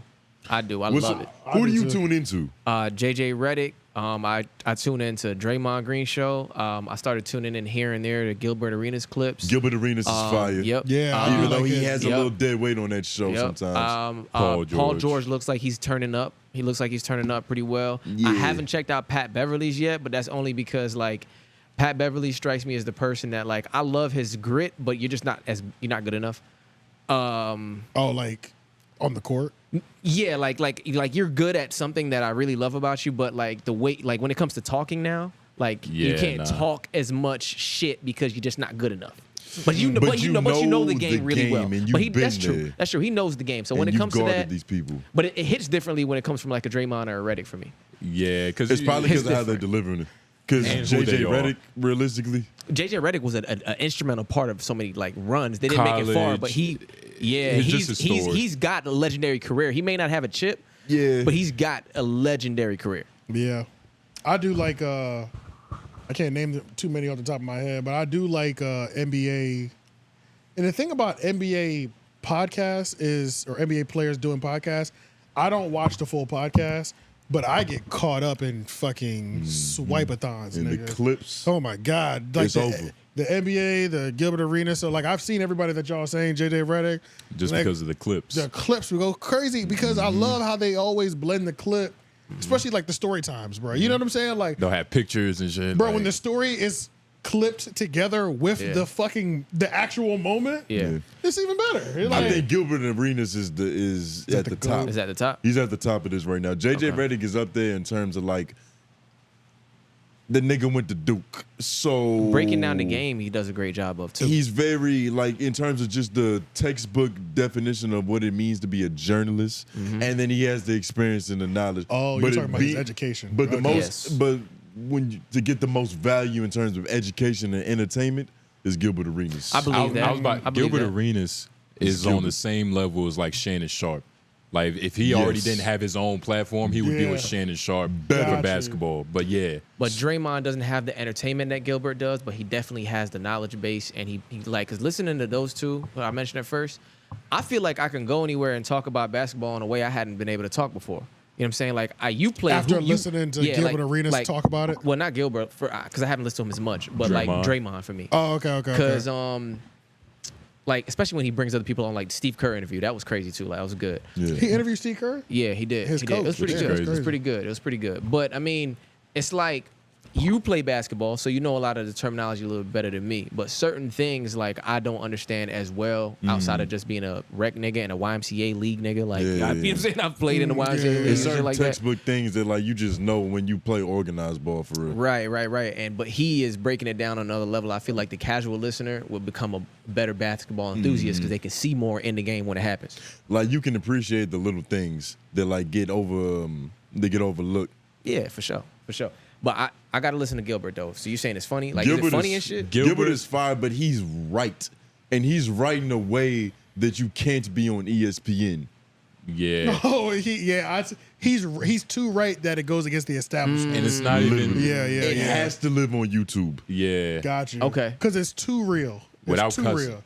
Yeah, it's too real. It's just it's so weird. Damn. Oh, so you said without cussing? Yeah, without cussing. He don't be cussing on there. Oh, okay. He's not like Kevin Garnett. Kevin Garnett. Or he's you know, not. Wild, He's yeah. not. He's not like what's the light skinned nigga? Matt Barnes. Matt Barnes. Matt Barnes. I like Matt Barnes though. Do y'all watch Office? What's it? All the Smoke. All the smoke. Do y'all watch that? All Here the and Smoke there. is weird because when I first started tuning in, I was like, somebody's ghostwriting this shit. Somebody's doing the journalism for them, and it's not because they were great at it, but it's because of the way that they were doing They were it. offering it up. It's like, is this a fucking script? Yeah. Like, why Gotcha. are you niggas so? It's really Steven Jackson that makes It's me feel that Steven way. Jackson. Yeah, Yeah, it's it's really him. him. It's like I like Matt Barnes' flow a little bit better. Yeah, for sure. Gotcha. It's something about Steven Jackson to where it's like somebody Like, so- gave him these questions right before. He was too busy And checking he- in. and he's reading it to you now. Or like he knew what they was going to talk about, and he did the research, and he's sticking to that research. He's not going past Gotcha. the fucking ink that he wrote. it ain't too You much feel me? conversation really happening. Yeah, nah. Yeah. Because Like, he's got points that he's trying to. they hit. know what they was going to Yes. talk about the day yeah. prior, Okay, yeah, I wouldn't like that and either. he got prepared. And It's he, not the most natural thing. Yeah, and he also gives me like the same vibe that people will say about Envy, how he's not the best interview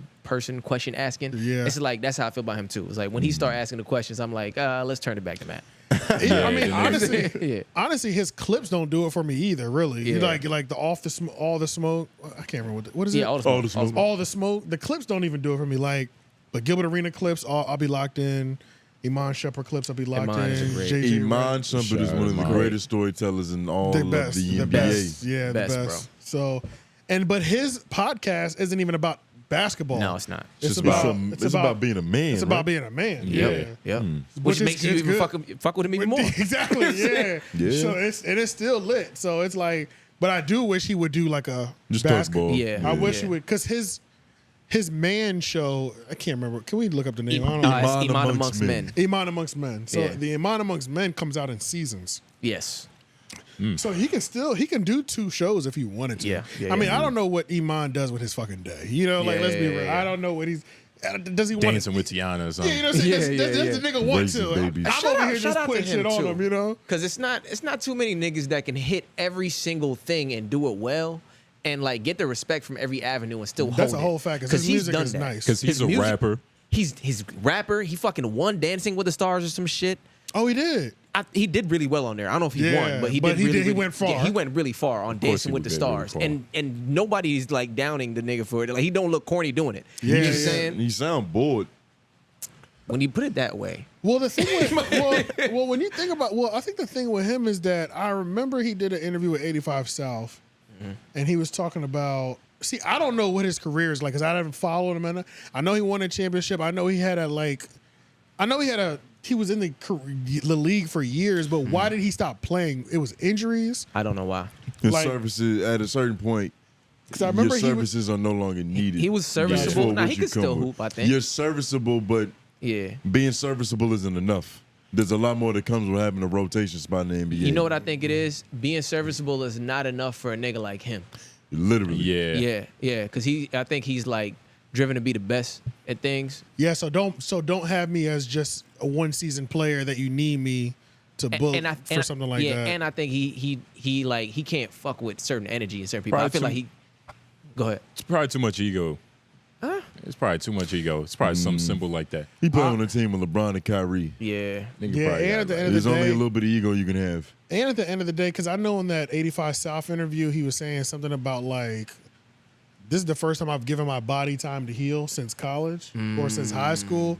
So he was like, I'm not tripping. He was like, because I've had surgeries, I've had injuries that if you actually listen to the doctor, it's supposed to take a year to heal from. Or I'm supposed to take this year to a year and a half. That's the correct, proper way. He was like, I'm enjoying just actually healing for the first time. Like my body's having time to repair itself. And then how long ago was that? This was 2 years ago. This was like years ago. I remember that. 2 years ago, was roughly. It with Vlad? No, 85 South.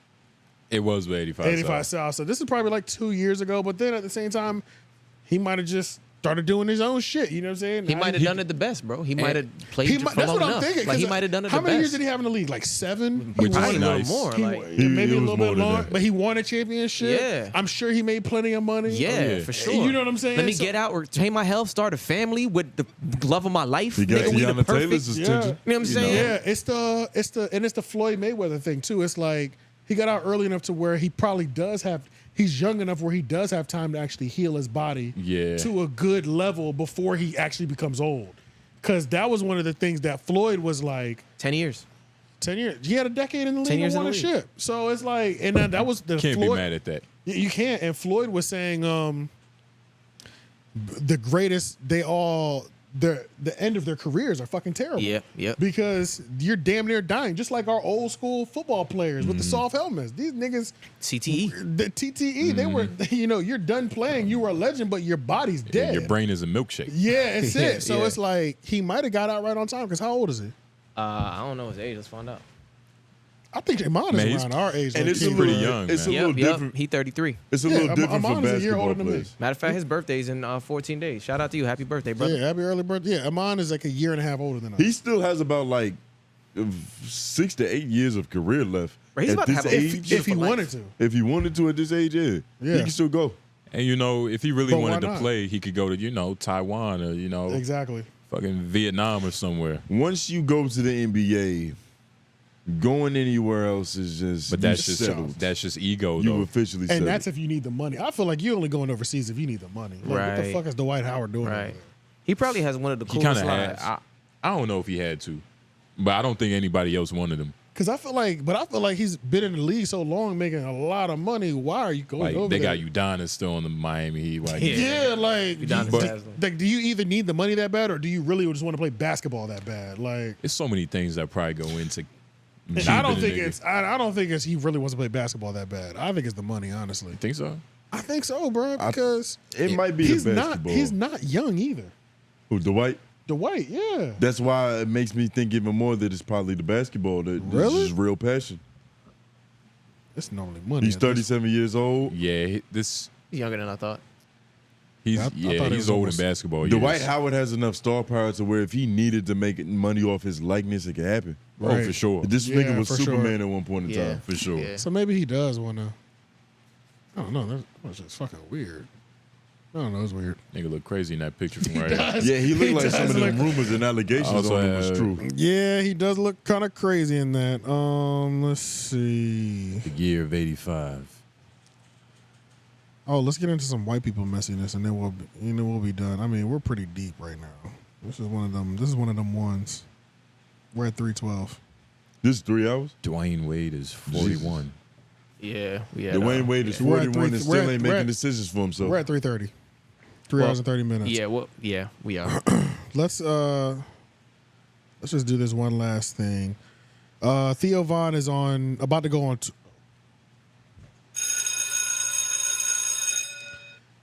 Theo Von is about to go on tour. He had a Joe Rogan Experience. He's going on like his media run right now, pretty much. So the Rat Tour, the return of the Rat Tour is the Rat King. They call him the Rat King. Yeah, thought that was Charleston. Right, low key. They need to do a collab. Might have to send a cease and desist or something. But he was on Joe Rogan's podcast, and it was funny. But people are saying that he took a shot at Chris D'Elia. Butchered that nigga's name. Crazy butcher. He's allegedly a groomer, so it might be He's good. allegedly We're probably saying his name. I wonder if you can pull that up. See if you can. I'll try to find it quickly over here on YouTube. You know, he's about 34, and allegedly the girl he was messing with was 17. And, you know, Joe Rogan and Theo Von was talking, and in Theo Von fashion, you know, he slipped in a nice little jab, just the perfect one. I forgot the context, but it was like, you know, Joe was like, yo, you can't be. This looks like the clip right here. Oh, funny. Yep. Is that it? Was it one day ago? I'm about to say, 6 days ago. If we could watch it, nigga. Hey, no, explain it, please. Yeah, it's probably like somebody talking about it. Yeah, some bullshit. Yeah, let's not do that. Joe was like, you know, you can't be that much older talking to a 17-year-old. And Theo Von was like, especially if you're a comedian and you're 34. Yeah, well, Joe had a couple setups. Joe was like, things get weird when the girl's 17 and you're the girl. No, he was like, when the girl's 17 and you're 18, it's completely fine. When the girl's 17 and you're 20, people get really upset, even in states where it's legal. And then Theo was like, yeah, when you're 35 and the girl's 17, you can't be a comedian anymore. Yeah. Like, crazy shot. Like, crazy shot, dog. So, I didn't realize, just Chris D'Elia, is he, like, do you watch him? Man, no. I don't watch him, but he's funny. Like, that's how I feel. I don't watch him either. Nigga. Yeah, I don't watch him, but every time I see little shorts or whatever, bro, it'd be funny though. It'd be funny. Yeah. But his co-host, he does this thing with Brendan Schaub, who isn't that funny? Who in the comedy world is a thief. He is not funny. Not only is he a thief. He's a thief. Thief is hard. He's a thief. He's the Duno of this. Nah, don't disrespect Duno. No, he's worse. He's way worse. Yeah, maybe. I saw his special. Because Duno, I've never heard of Duno's. I can't believe you watched it. I did. I watched the Thick Boy one, the one that everybody hated. God, it was so bad. I watched a 10-minute video of Brendan Schaub stealing jokes. Like, and in front of like his own co-host. Like Chris D'Elia would say a joke. Yeah. And he would like do it again. Like, you know how, like, if you say some funny shit, I might continue with add my own little flavor. You're supposed to punch it up. You're not supposed to just take what I gave. But that's what he does. Gotcha. And he, as a comic or as a person who tells jokes, because that's what he does. I wouldn't call him a comic. He steals jokes and shit. Yeah. Mm-hmm. But, it's apparently there's like this little secret beef or whatever, because Chris be coming at his neck too, right? Bro, it's a whole little, like, thing with them. Like, you know Bobby Lee? Yeah, Bobby Lee too. Allegedly, you know, his concubine was messing with Brendan Schaub, and that's why like they beefing. I wouldn't doubt it though. It's gonna be a lot of people in his comments like, "Yo, you didn't watch enough videos." Yeah, you're talking about Koala. Allegedly, she be treating him crazy. Scale of 1 to 10. What level do you think her pussy's on? Like, let's just throw that out there real quick because this bitch is sick, and she's sick. Can I see her again? I think the pussy good, but she's probably lazy. Lazy strikes me, which makes me think. Yeah, I think she strikes me as a lazy fucker. Yeah, that's how you spell her name. Yeah, I can't. It's like koala something. Koala. Kalia. Something. She's definitely one of those bitches like y'all getting ready to click fuck. on the picture and then just double tap on the keyboard. It automatically does a zoom into it. Yeah, but when you click on the picture, it moves it onto the side. I know. So then double tap that one. Oh shit. Oh, one second. Well, she looks a little different in that picture. Just scroll down. Right there. How good is her? She looked good, but I don't know. I take that back. I watched so many videos of her evilness, and I'm like, God damn, this bitch. You could probably like convince her to stick a cucumber up her ass. Like she's probably one of those. You don't even have to convince her to jerk a dog off. You don't even have to convince this woman to fuck her stepbrother. Like she does things like this. This is the type of woman she is. Yeah. Like the videos of like, there's analyzing evil videos. I love those. Part 1, 2, and 3, just her. Yeah, yeah. Like this bitch is evil. Like, but they done one on her. Yes, multiple. I haven't seen that. That's bro, crazy. and they have like millions of views, bro. Yeah, bro, they go in on her. Yeah, they go in, bro, because we can't even go down. That's all. We have to start this all over. Like this picture looks like a great representation of their relationship. And you know, Bobby Lee, he. So apparently, Brendan Schwab hit that. Like something happened between them. Sexually. Something happened. Something happened, and it kind of broke away like their relationship. And I don't, because they have a podcast together. They do, and it didn't stop throughout this whole thing. And they was talking about it, kind of vaguely, but they did mention Brendan's name being like part of the reason. And by they, I mean Bobby. He did mention Brendan, like he was a reason in the. Yeah, because Koala is like, I feel like I'm butchering her name, but it's like. Fuck, is she evil, nigga? Yeah, fuck her. You know what I'm saying? But it's like she's the type that like not only will she like fuck your mans and you're like married to her, she'll fuck your dad too. Yes. Like you know what I'm saying? Yeah, Like she has no limits. And come back to you and be like, you said it's an open relationship. Yeah, you know what I'm saying? And then give birth to your brothers. I was about to say, and get birth and get pregnant by your dad type shit. You know? So it's like we're expecting your brother. Yeah, so it's like there's no limits that she won't go to. So I can only imagine if Brendan Schwab was stupid enough to fall into that trap, that for sure that was the reason. Right. There was some sort of rift or whatever. But I mean, even Theo Von on this little tour, they're asking him about, he's separating himself from them because they're asking him about where did he get the name the Rat King. And he won't even mention Brendan Schwab's name at all. Like, even though Brendan Schwab 100% gave him the Rat King name. Mm-hmm.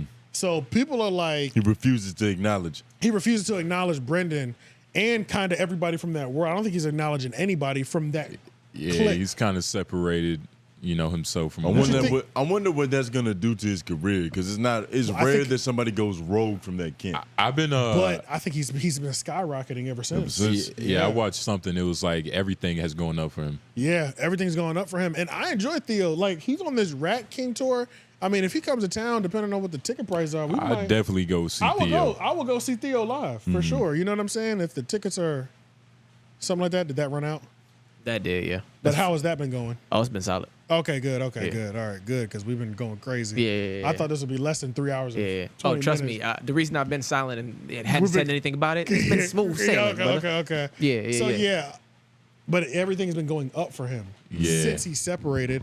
And to be fair, I mean that doesn't sound crazy if you are being accused of being a groomer, and then you're also fucking one of our homies' girls, allegedly. You know what I mean? It's a lot of mess going on in that camp. You know, stealing jokes as a comedian. Jokes. That's already a crazy violation. Nigga, that's crazy. So I mean, it would make sense. And Theo is one of the people that can stand on his own. Like, he's talented enough to where he's clearly doing okay standing on his own. Yeah. You know what I'm saying?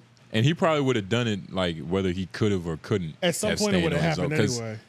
Just morally, like, you could tell he's kind of like distraught about the whole thing. Like, he's completely separated. He pulled a Charla. Okay, you know what I mean? And like Theo, past acquaintances. Theo does podcasts, full sit downs with Boosie. You know, like he does episodes like that. These are amazing episodes. Like, I haven't seen that. I gotta see that. Bro, amazing. You know what I'm saying? That sounds entertaining. He sits down with Drewski. Like, he interviews everybody, people that I don't know. And you know, it's kind of strange. Theo's one of those people. There was a video, he clearly said nigger. And it was just like, I mean, that's fine. How y'all feel about Drewski though? Fuck, right? He's not a real comedian. Yeah. But no, he's not. I fuck with Drewski heavy though. Yeah, I like Drewski though, but I don't consider him a comedian. When I was watching, but he's great at what he does. For sure. Yeah, I was watching like the best, like some clips of him on podcasts, yeah. And it wasn't like, I don't listen to a comedian and be like, all right, where's the funny coming? Yeah. But there is a certain expectation, energy and expectation. That's a fact. That comes with that that title. Yeah, for sure. And when he was on Theo Von's show, he was kind of missing a couple things. Yeah. Like, it just, I You're don't supposed know. to be quick on your feet as a He comic. says And he's then- been practicing doing stand-up, but I haven't seen it. And then this Could Have Been tour was supposed to be. That's not. And it's not. That is not that is. stand-up. It's a He mobile- has it's a midgets mobile- running around on stage with him. Yeah, it's a That is mobile talent circus. show. So it's still not that. Shout out to him because he's cornered his lane and he's really monopolized sure. his lane. You know what I'm saying? But stand-up, I wonder if he is going to jump into stand-up at some point. It's too late now. You think so? Because the problem with Brendan Schaub is that he already had the notoriety before From he started from going UFC. into training. Yeah. You got to be able to take your shits in the dark That's what Charlamagne and so them you was can saying, get good or at it. Schulz was Like it's saying, very yeah. necessary though. That is true. And so, well, who's we just talking about? There was somebody else, not Brendan Schaub. Drewski. Drewski. That's another reason why, like, his expectation is through the roof now. 'Cause he's he so has big. to be funny. Yeah. So if you getting up on that stand up and you bomb, the internet's gonna be quick to click that up and be like, "Oh, Drewski falling off." Facts. Now it's a big thing on the internet. He could get around it. He can get around it If he cares about in the game that much. In 10 years, when he's good yeah, enough. but not even just that. Like maybe if he bombed, but then he does what he does best and just framed it around himself, and then like, you know what I'm saying? Like if he's a real comedian, a bomb yeah, shouldn't like do anything. if he makes Yeah. jokes on himself. Like through like the bomb or whatever. Like if he plays, self-deprecating shit, but doing the way he does in his current style that works for him. But that's the thing. His Could have current been a comedian. His current style Exactly. is like he's on stage and he's doing crowd work, but he's actually using them as props. Right. Like he's having like Yeah. people from the talent show, like, hey, we got this talent. No, he's I see more what of you're a saying, yeah. he's a funny host. Yeah. Like a Nick Cannon. But I mean his videos though. I've watched a Nick Cannon special. Well, he can do stand up. and I it's forgot. not, I not forgot that he bad. could do stand-up. It's not Yeah, that he bad. can. bro. Yeah, he can actually do stand-up. It's not Cannon that is bad. different. Yeah. But I mean, like, so like his video, like, you know that video where he's calling a lawyer, you know, it's like, yep, all right, buddy. So, Yeah, yeah, like shit like that. Like if he does videos like that about him bombing, I think it would be funny, and it would like resurge. yeah, You see what I'm saying? But that doesn't make him a better comedian. No, but I mean, it gives him a leeway to fuck up. He's saying he can create his bomb a lane. bomb should never Yeah. hurt a comedian. Like it should be Period. inconsequential. Like it doesn't Yeah. matter. You're going to do it again. Yeah, it has to. Yeah, that's true. Fair. But nah, I wouldn't call Drewski a comedian. But I do find him funny and I do enjoy him. But Yeah. I don't know. But I think that's it, though. I mean, closing off on this old Brendan Schaub. Yeah, I know y'all wanted us to touch in on it. We didn't go too deep, but Yeah, I didn't realize how much it's a people lot. appreciate that Joe Rogan speak because I pay attention. I watch that content. Me too. Yeah. So I didn't realize it, and you're right. We need to get you white people some smoke too. Yeah, so, we gotta. Yeah, so look forward to that. Look forward to that. We'll definitely do more research on that and come back. Maybe I think what we should really do is like, which would be just this is funny side content. This isn't homeroom content. There's like one or two really good like part 1 and part 2s analyzing evil videos on her. That would be great to do some reactions. I've seen one of those because they're insane, Yeah. bro. They're insane. They bruh. really paint the picture for the evil bitch this is. They do, bro. Allegedly. 'Cause They I, do. you know. They genuinely do, bro. So yeah, that would be some shit that would be like cool. Just some side content that we might do. But I think that's it though. I was about to say, we gave y'all niggas Almost 3 4 hours yeah. and 30 minutes. Yeah. If y'all don't like Of it, seriousness. if y'all don't like it, I guess I understand. But regardless, share it, dislike it. It's been good. It's been great. We got Lauren behind the boards. Yeah. I'm your host, Jay Nobles. I think my name is Tone Groove, but I forgot. Yeah, it's a little Sleepy. late. It's a little late. AJ the Menace. What else we gotta say though? Ain't nah. Oh, subscribe, hit the bell, watch the other Turn your videos. post notifications on and do all that. Hey man, turn the camera off. Yes, Ow. support the machine.